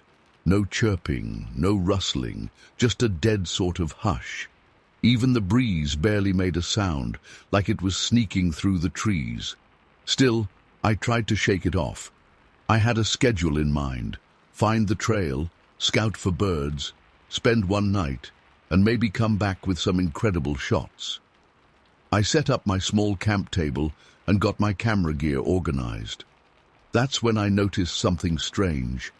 About 50 feet away, there was this huge black feather lying across some damp leaves, bigger than any feather I've ever seen in my life. I've studied birds for years, but this was completely foreign to me. Long, stiff, with a glossy sheen that made my skin prickle. I thought maybe it was from some large raptor, but it didn't look like any eagle feather I'd ever handled. Curiosity outweighed my unease, so I picked it up. The moment I held it, I felt this weird pulse in my fingers, like a subtle static shock. I told myself it was just my nerves. I tucked it in my pack for later analysis and tried to forget how unnatural it felt. After I settled in, I decided to take a short walk around the perimeter to see if there were any signs of the flycatcher. The path was dark, with these twisted trees blocking most of the sunlight. I didn't realize how far I'd gone until I looked back and couldn't see the RV anymore. That's when I heard a soft crack behind me, like someone stepped on a twig. I spun around and called out, thinking maybe another hiker was nearby. Nobody answered. All I saw were crooked tree trunks covered in moss and a faint haze in the air. My stomach knotted up, and for no good reason I felt super exposed, like eyes were on me from somewhere in that tangle of branches. I hurried back to the RV, locked the doors, and tried to focus on making a quick dinner. I even turned on some music to calm my nerves, but the silence outside almost overpowered my speakers.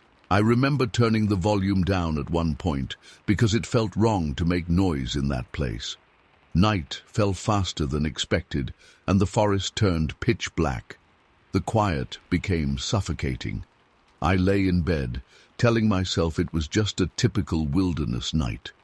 Then I heard it, a faint whispering sound circling around the RV. It wasn't wind, and it sure wasn't any animal noise I've ever come across. It was like hushed voices, just low enough that I couldn't catch any words, if there even were words. My chest felt tight. I didn't know if I should get out and check or pretend I hadn't heard anything. The curiosity got me, so I grabbed my flashlight and peeked out the window.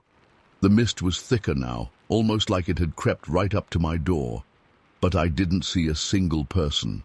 I stepped outside, flashlight in hand, and all I found was a strange, cold breeze that made the hair on my arms stand up. My heart was racing, but there was nothing there, just an eerie shimmer of fog drifting along the ground. I went back inside, locked up again, and tried to sleep, but those murmurs kept me awake for hours. Sometime around dawn, I must have dozed off. I woke up a couple of hours later with a pounding headache. I shuffled to my little kitchen area, and that's when I nearly dropped my mug. The massive black feather I'd found was sitting in the middle of my table, even though I'd closed it away in a side compartment. I stood there, my mind racing. I knew for a fact I hadn't taken it out. My heart hammered in my chest as I picked it up again. This time, I could have sworn it felt heavier. I decided I'd had enough weirdness and started packing to leave. But when I tried to start the RV, the engine just clicked. Nothing. I checked the battery, and everything seemed okay, at least at first glance. I turned the key again, and it sputtered like it was completely drained. It made no sense. My cell phone had no signal either, so I grabbed my jacket and decided to walk a bit down the trail in hopes of finding a bar or two. The moment I stepped into that forest, the temperature felt like it dropped 10 degrees. I could see my breath puffing in the air, and it was still supposed to be mild weather that day. The susurros came back, but louder this time, almost overlapping each other. It felt like multiple voices, maybe dozens, all whispering at once. I can't explain how terrifying it is to hear something like that when you know for sure nobody should be out there. I kept looking around, expecting to see a group of people messing with me, but I was completely alone, or at least that's how it looked. I felt pinned down by a fear I can't quite describe, like if I didn't keep moving, I'd just sink into the earth. At one point, I saw a figure through the mist. It turned out to be an older woman wearing these drab, old-fashioned clothes, like she'd stepped out of another era. She raised her hand in a kind of warning gesture. I froze, unsure if I should approach her or back away. She simply said, in this oddly calm voice, something like I shouldn't stay there much longer. Then she turned and walked off into the fog. Her footsteps were eerily soft, almost like she was gliding. I stood there, trying to shout after her, but my voice felt locked in my throat. By the time I snapped out of it and tried to follow, she was gone. No footsteps, no sound, nothing. That was it for me. I bolted back to the RV, praying somehow it would start. My pulse was racing so hard I thought my ears might pop. I turned the key over and over, pumping the gas, whispering to myself, "Come on, please." After a handful of tries, the engine suddenly roared to life, like it had never been dead at all. I didn't waste a second. I threw everything onto the floor or seats, didn't even bother packing neatly, slammed the door shut, and peeled out as fast as I could. I swear, the moment I left that forest behind, I could breathe again. The air felt lighter. My cell phone dinged with a text alert a few miles down the road, and it nearly made me jump out of my skin. I pulled into the first gas station I saw and just sat there for a while trying to calm down.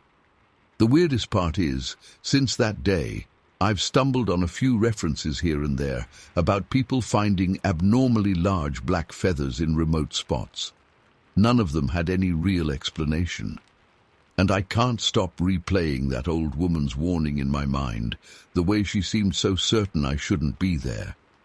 I still can't explain the broken engine or those whispers, or how the feather ended up on my table. I've told myself maybe exhaustion made me scatterbrained, that the forest was playing tricks on my mind. But that wouldn't explain everything I felt, how real it all was, and that unsettling chill that seemed to wrap around me every second I stayed. I haven't gone back to Messino National Forest since. I'm not sure I ever will. Whenever I see black feathers now, especially larger ones, I get a wave of dread that's hard to shake off. It's like a warning, reminding me of that day. Whatever's out there, I'm convinced it didn't want me around. And the strangest part is how everything just stopped once I managed to drive away. No more whispers, no more static electricity in the air. It all vanished as suddenly as it started, leaving me with more questions than answers. I guess I'll never truly know what was watching me in those trees, or why that place felt so alive in the worst possible way. All I know is I got out, and I'm grateful for that. Story 11. I remember waking up that morning to a salty chill in the air. The RV's tiny windows were fogged over, and when I wiped one clean, I saw the grey coastline stretching out below the cliff I'd parked on. I was still tired from driving all night, trying to outrun my own thoughts. But something about that barren view drew me in. The ocean felt massive and lonely, almost menacing. It was exactly what I'd come for. Isolation, and a chance to clear my head.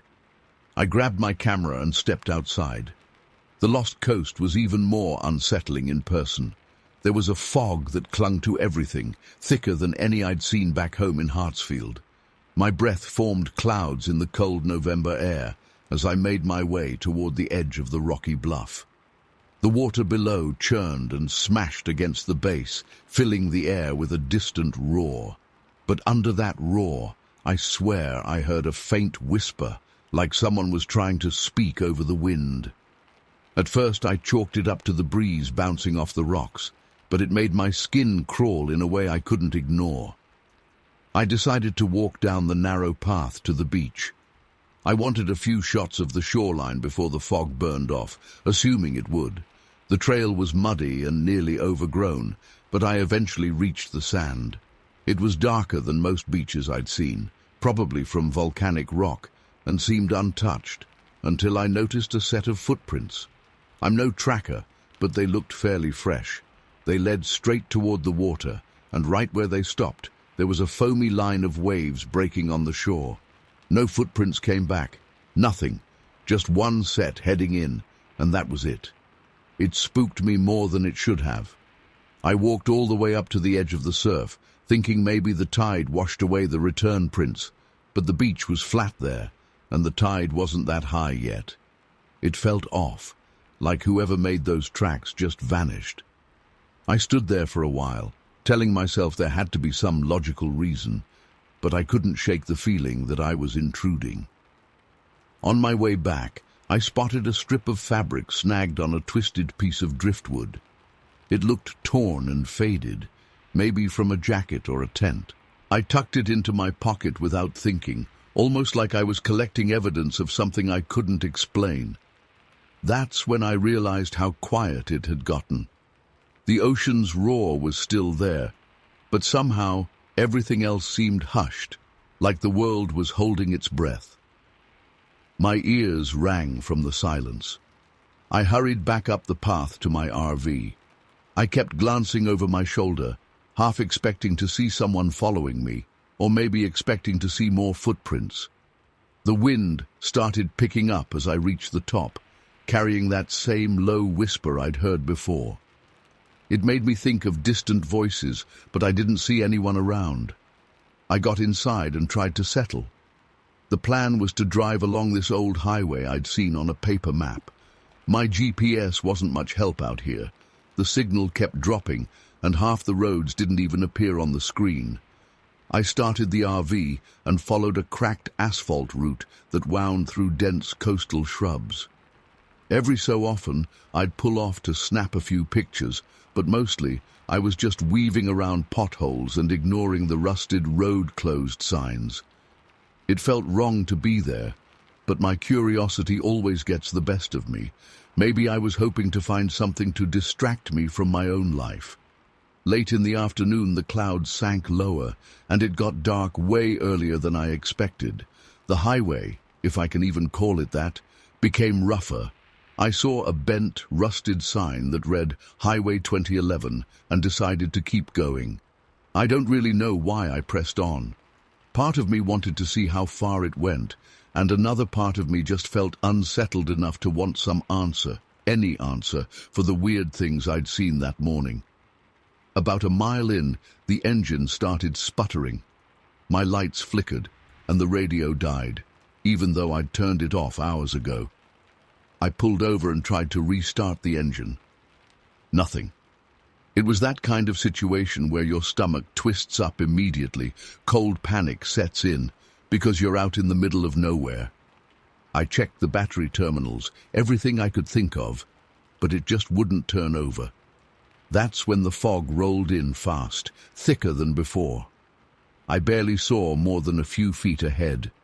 The sky had gotten a purplish hue, but the sun was long gone behind the clouds. Then I noticed lights flickering farther down the road, kind of swaying, like someone walking with lanterns. My first thought was relief, maybe other travelers or locals who could help. I grabbed my flashlight and waved it, trying to signal them. The lights paused for a second. I don't know if it was the fog playing tricks, but it looked like the lights moved closer, then just winked out, one by one. I yelled out, asking if they needed help or if they could see me, but the only thing I heard was the wind picking up.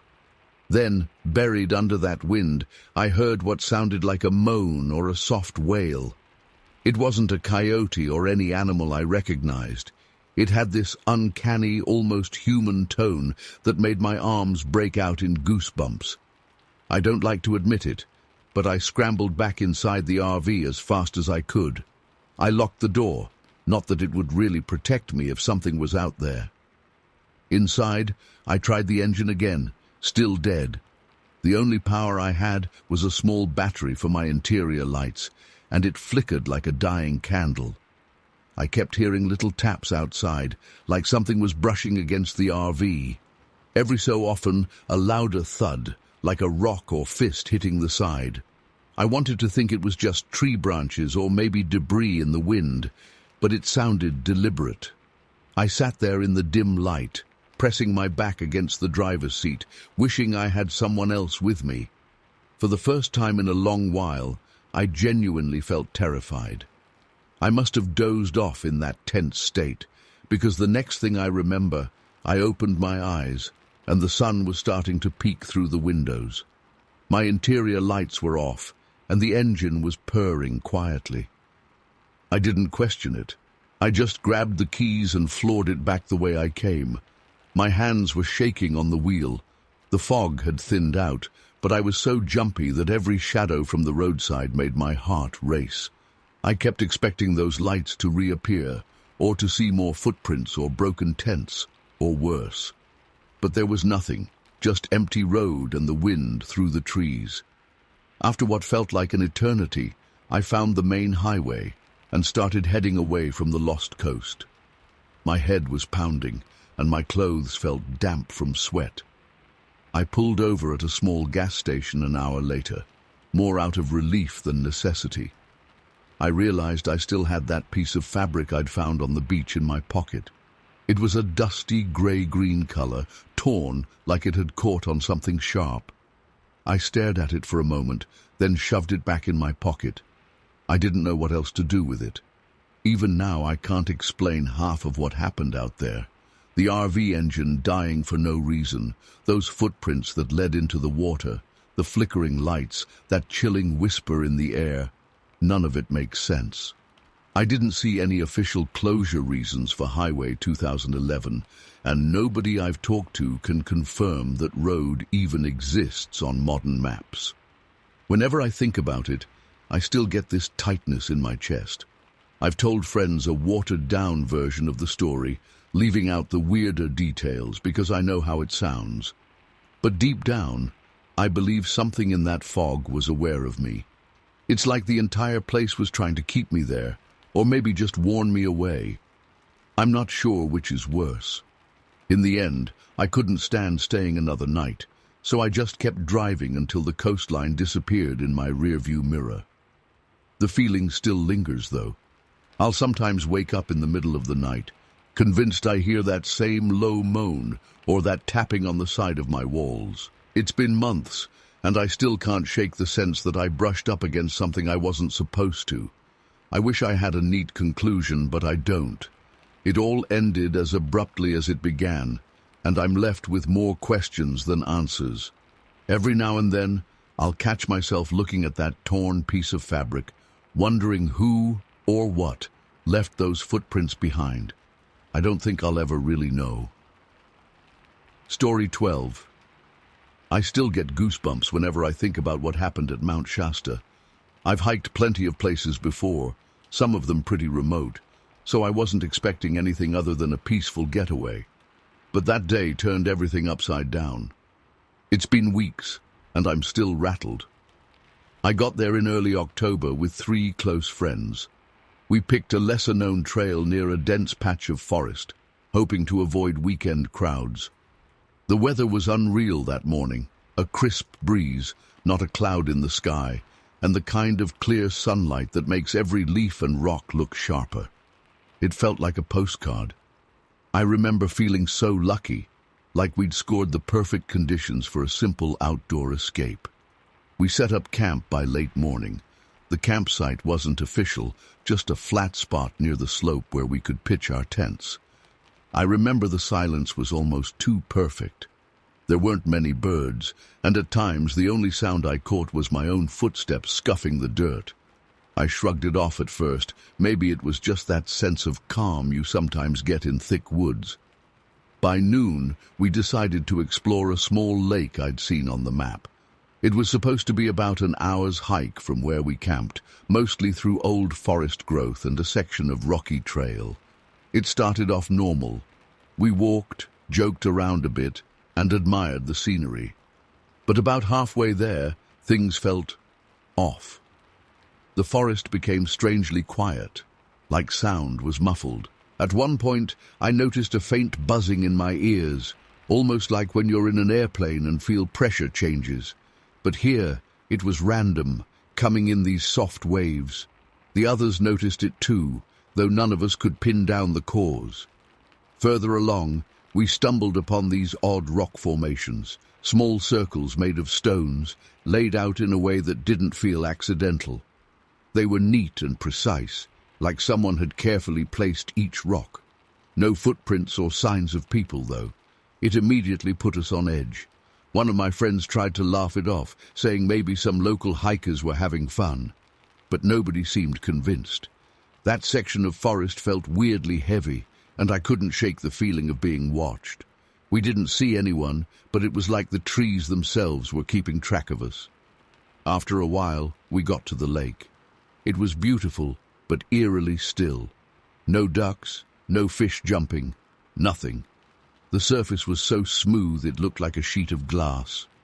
I remember crouching to dip my hand in the water, and the second my fingers touched it, I heard this distant humming again. It was subtle, like it was coming from beneath the water, and it rattled me. My friend standing next to me said, "Did you hear that?" That confirmed I wasn't imagining things. We stayed for a bit, took a few quick photos, and decided to head back. The uneasy vibe just wouldn't let up. On the way back, we got turned around. The map seemed straightforward, but for some reason, the trail felt different, like it had shifted. It wasn't just me. I could tell my friends were double-checking their compasses and glancing at the sun's position. We weren't lost exactly, but we definitely weren't as sure as we'd been. Everything around us looked like it did in the morning, but angles felt off, and landmarks seemed a bit out of place. It messed with my head. As we pressed on, I started hearing faint sounds in the distance. At first, I thought maybe it was an echo of our own footsteps, but then it grew more distinct, a kind of low chanting. Not loud, but enough to make your chest tighten. I froze for a second, listening. My heart started racing, and I remember looking around, trying to spot movement. There was nothing except thick trees and scattered boulders, but I could feel this undeniable energy, like whatever was making that sound was aware of us. My friend whispered that she heard it too, so I knew it wasn't just in my head. At one point, we reached a clearing where the trees were thinner. The chanting got a bit louder. It sounded like multiple voices, but not quite human, more like a droning hum that sometimes formed a melody. We stood there, searching for the source, but the minute we moved deeper into the clearing, the sound seemed to retreat further. It was almost like it was leading us on. My nerves were shot, and I just wanted to get back to our tents and pack up. We finally made it to camp late in the afternoon. The sky was still bright, but the forest around us felt darker somehow. While my friends started gathering supplies and checking gear, I walked a short distance to see if I could catch a signal on my phone. No luck. But I noticed footprints, a set of them in the dirt. They weren't ours. We'd pitched our tents in the morning, so we knew what our tracks looked like. These prints were bigger, spaced widely apart, and led right up to one of the tents before circling around and disappearing toward the tree line. They didn't look like boots, and they definitely didn't look like any animal tracks I've seen. I felt this jolt of panic, like a cold rush from head to toe. I showed the others and nobody could explain them. We checked around the tent and found no other signs, no broken branches, no droppings, nothing. It was as if something walked up, studied our campsite, and then vanished. We hurried to pack. The sun was dipping below the mountain ridges, casting these long shadows across the site. As we were zipping up backpacks, that chanting started again. This time it sounded closer, circling us, but we couldn't pinpoint a direction. I could swear it was coming from multiple sides, like an echo bouncing around in a tight canyon, except we were in open forest. My heart was hammering so loudly I could practically hear my pulse. Out of nowhere, a faint glow flickered between the trees, maybe 100 yards from us. At first, I thought it was someone's flashlight, but the color was off, more like a dim bluish flame that seemed to move slowly back and forth. It was mesmerizing for a second, until I realized we weren't alone. Something, whatever it was out there, holding that light or creating it. The chanting intensified, still low but insistent, and it felt like it was resonating in my bones. I wanted to get out of there so bad. We yanked on our packs and started hiking toward our car, which was parked on a gravel patch about 2 miles back down the main trail. It should have been simple, follow the marked path. But the deeper we went, the more disoriented we felt. The trail markers we'd seen earlier didn't show up where we expected. At one point we spotted a broken tree trunk we didn't recall passing on our way in. Every step felt like it took twice as long. In that moment, I nearly lost it. My friend kept telling us to stay calm, but I could see the terror in everyone's eyes. Every so often that chanting echoed again, sometimes from ahead, sometimes from behind. It made no sense. I was drenched in sweat despite the cool evening air. My brain raced with questions. Who the hell was making those sounds, and how were they moving around us like that? Eventually, almost in a rush, it all stopped. The chanting, the buzzing, everything just went silent. We reached an open stretch, and there, in the distance, was the gravel lot. I don't think I've ever been so happy to see a car. We jumped in, locked the doors, and practically tore out of there. The entire drive away from Mount Shasta, my hands shook on the wheel, and I kept glancing in the rearview mirror, half expecting to see that bluish glow chasing us. That night, we found a cheap motel an hour away. None of us slept much. We didn't talk about it at first. There was this unspoken agreement that words wouldn't do it justice, and we just wanted to feel safe behind locked doors. Even now, when we bring it up, nobody can fully explain what happened. Was it some group performing a ritual? Something else entirely? I have no idea. All I know is it felt old, primal in a way that still sends chills up my spine. Back home in Hawthorne, when people ask me how my Mount Shasta trip was, I usually just say it was interesting and leave it at that. There's this lingering sense that maybe we stumbled across something we weren't supposed to see.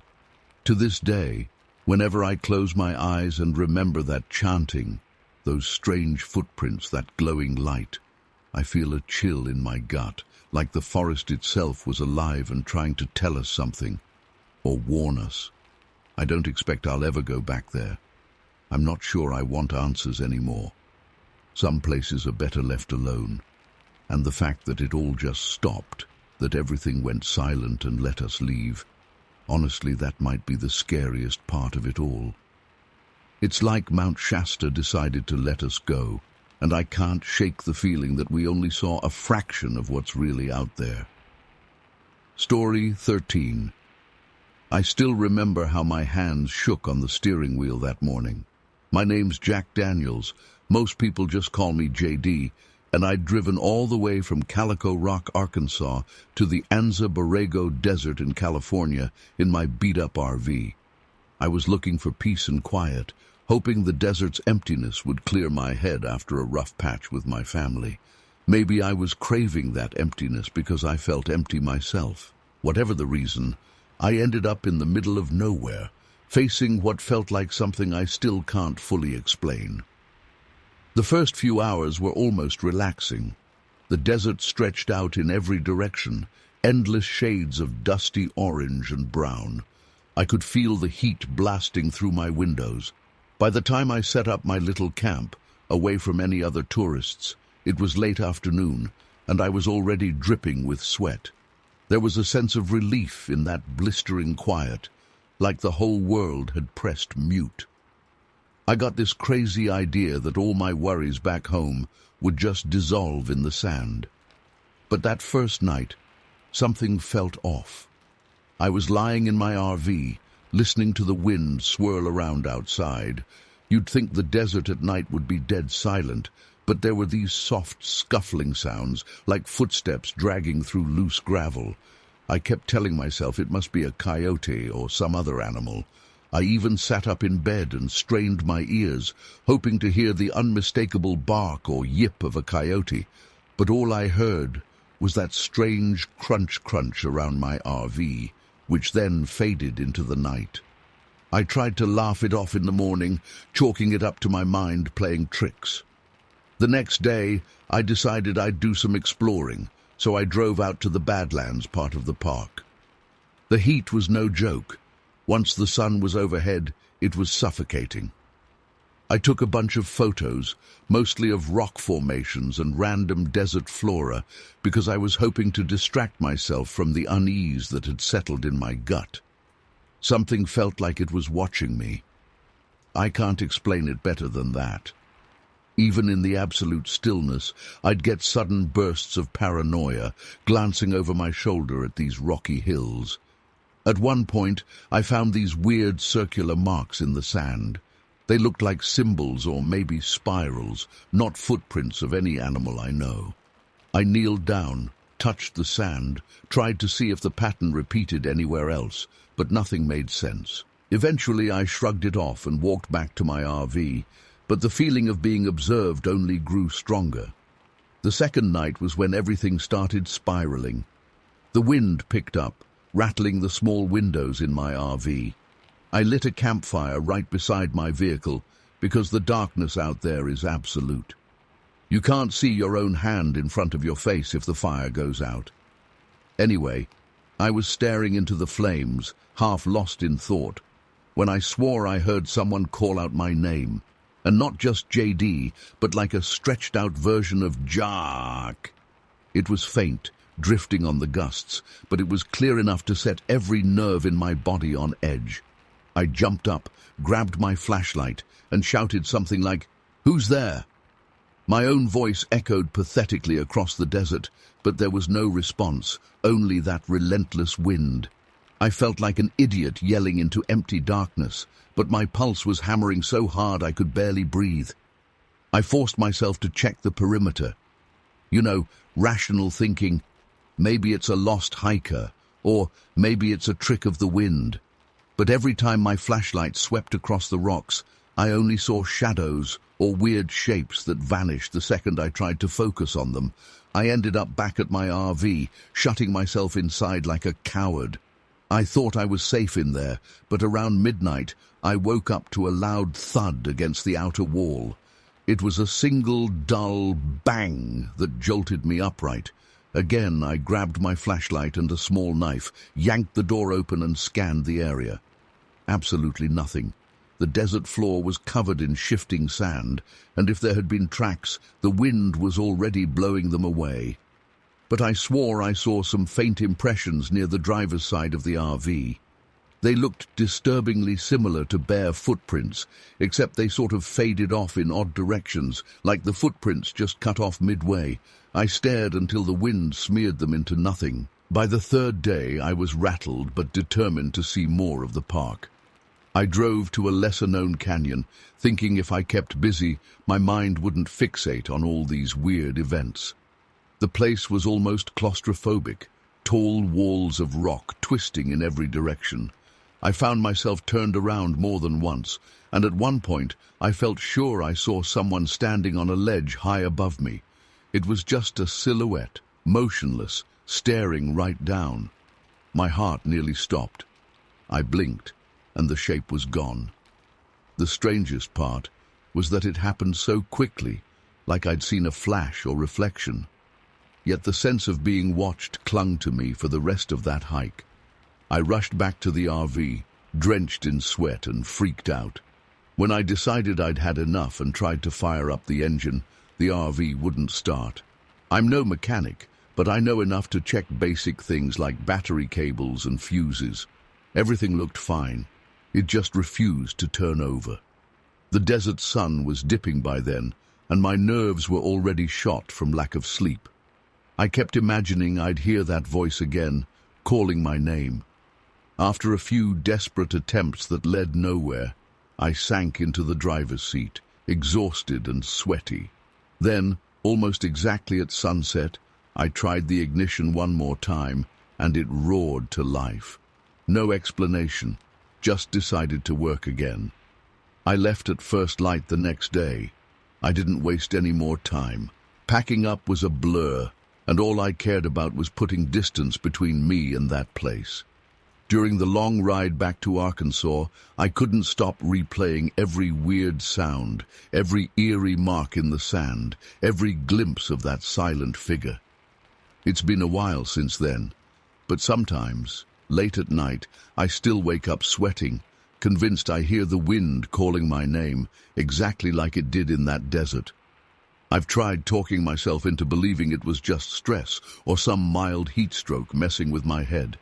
But then I remember those footprints. I remember the engine dying and reviving for no good reason, and I remember that shape on the rocks that I know I saw, if only for a split second. Whatever it was, it hit me with a certainty that I was not alone out there.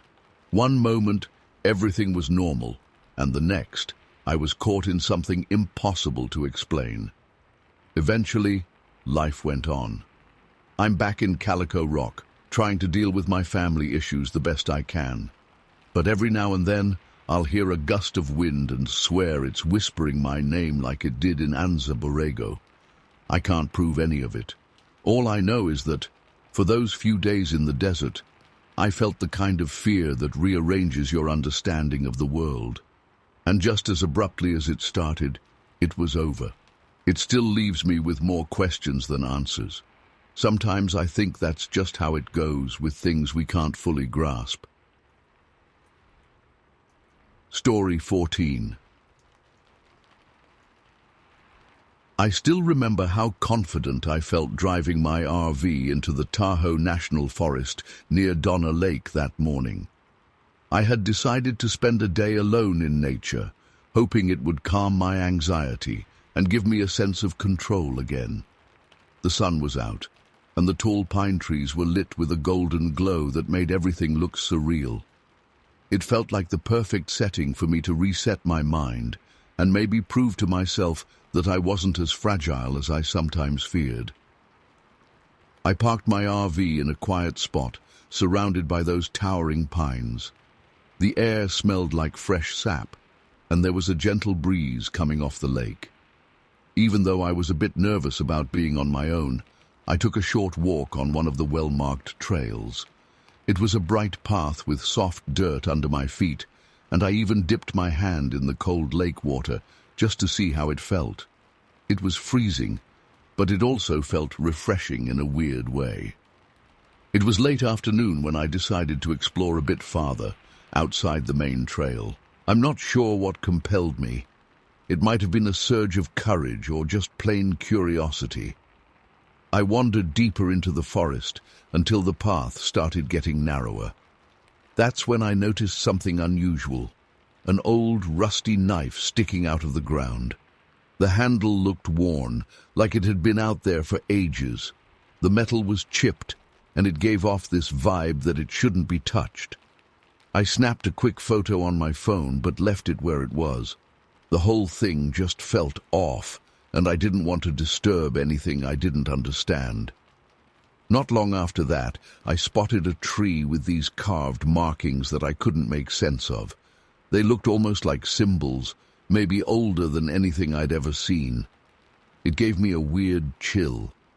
My stomach felt tense, but I thought I was just letting my imagination get the best of me, so I moved on. Still, I couldn't shake the uneasy feeling. It was like the forest itself was watching me. By the time I got back to my RV, the sun was already dipping behind the mountains.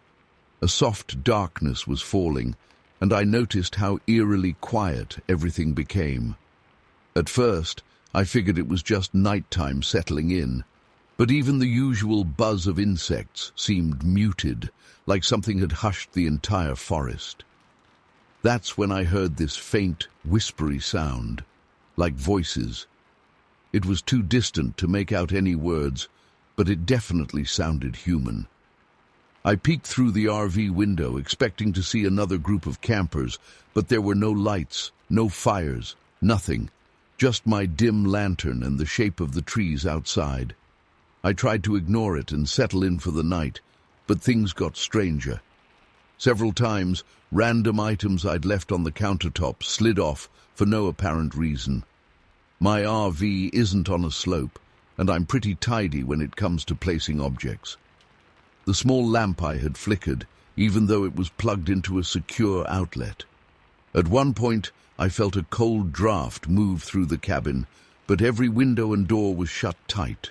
It was like a chilly hand passed right behind me. Then I felt something that made my heart jump. I swear I heard my own name, Emily, whispered right by my ear.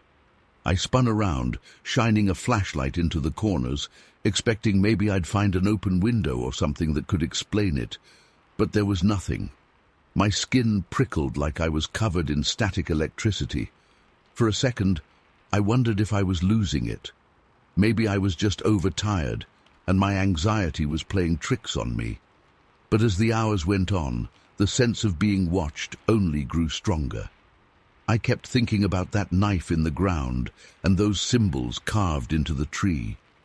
My chest felt tight, and I could barely breathe. Every little noise made me jump. Eventually, I decided I'd had enough. Around dawn, I tried to start the RV to head home, but the engine just sputtered and died. I tried again and again, but it wouldn't turn over, like the battery had suddenly drained overnight. My mind was racing. I remembered reading somewhere that sometimes you need to acknowledge the forest if you take something or if you intrude. Even though I hadn't taken the knife, maybe my presence alone had disturbed something. With that thought in mind, I hurried back to the spot where I'd found it. My legs were shaky, and every step felt like I was trespassing somewhere I really didn't belong. When I got there, I noticed a small circle of stones I hadn't seen before. They looked deliberately placed, forming this odd shape around where the knife had been. I can't explain why, but it felt important to leave some sort of offering. All I had were a few basic supplies, so I sprinkled some salt in the center of that circle and whispered an apology, though I wasn't even sure who or what I was apologizing to. I just wanted to show respect, I guess. Anything to ease the heaviness in my chest. I practically jogged back to the RV. My hands were shaking as I turned the key again. This time, the engine roared to life on the very first try, like nothing was ever wrong. I didn't question it. I just took off, driving away from Donna Lake as fast as I could without looking back. The whole drive home felt surreal, like I'd stepped out of some nightmare. Once I was back in Waycross, I kept getting these jolts of memory every time I closed my eyes. For the first few nights, I woke up more than once hearing those same distant whispered voices right outside my bedroom window. I'd check, and of course there was nothing there, just the silence of my yard. It's been a while now, and that darkness still creeps into my mind sometimes. It wasn't just fear. It was like I'd brushed up against something I can't really put into words, something that lingers just beyond what we normally see or hear. I haven't been able to fully explain it, and that lingering sensation of being watched hasn't completely left me. But if there's one thing I'm certain of, it's that I'll never forget the weight of that silence in the forest, or the feeling that something old and unexplainable was looking right back at me. Sometimes I wonder if it was all in my head, but I can't shake the conviction that something was out there, and it let me go just as mysteriously as it appeared.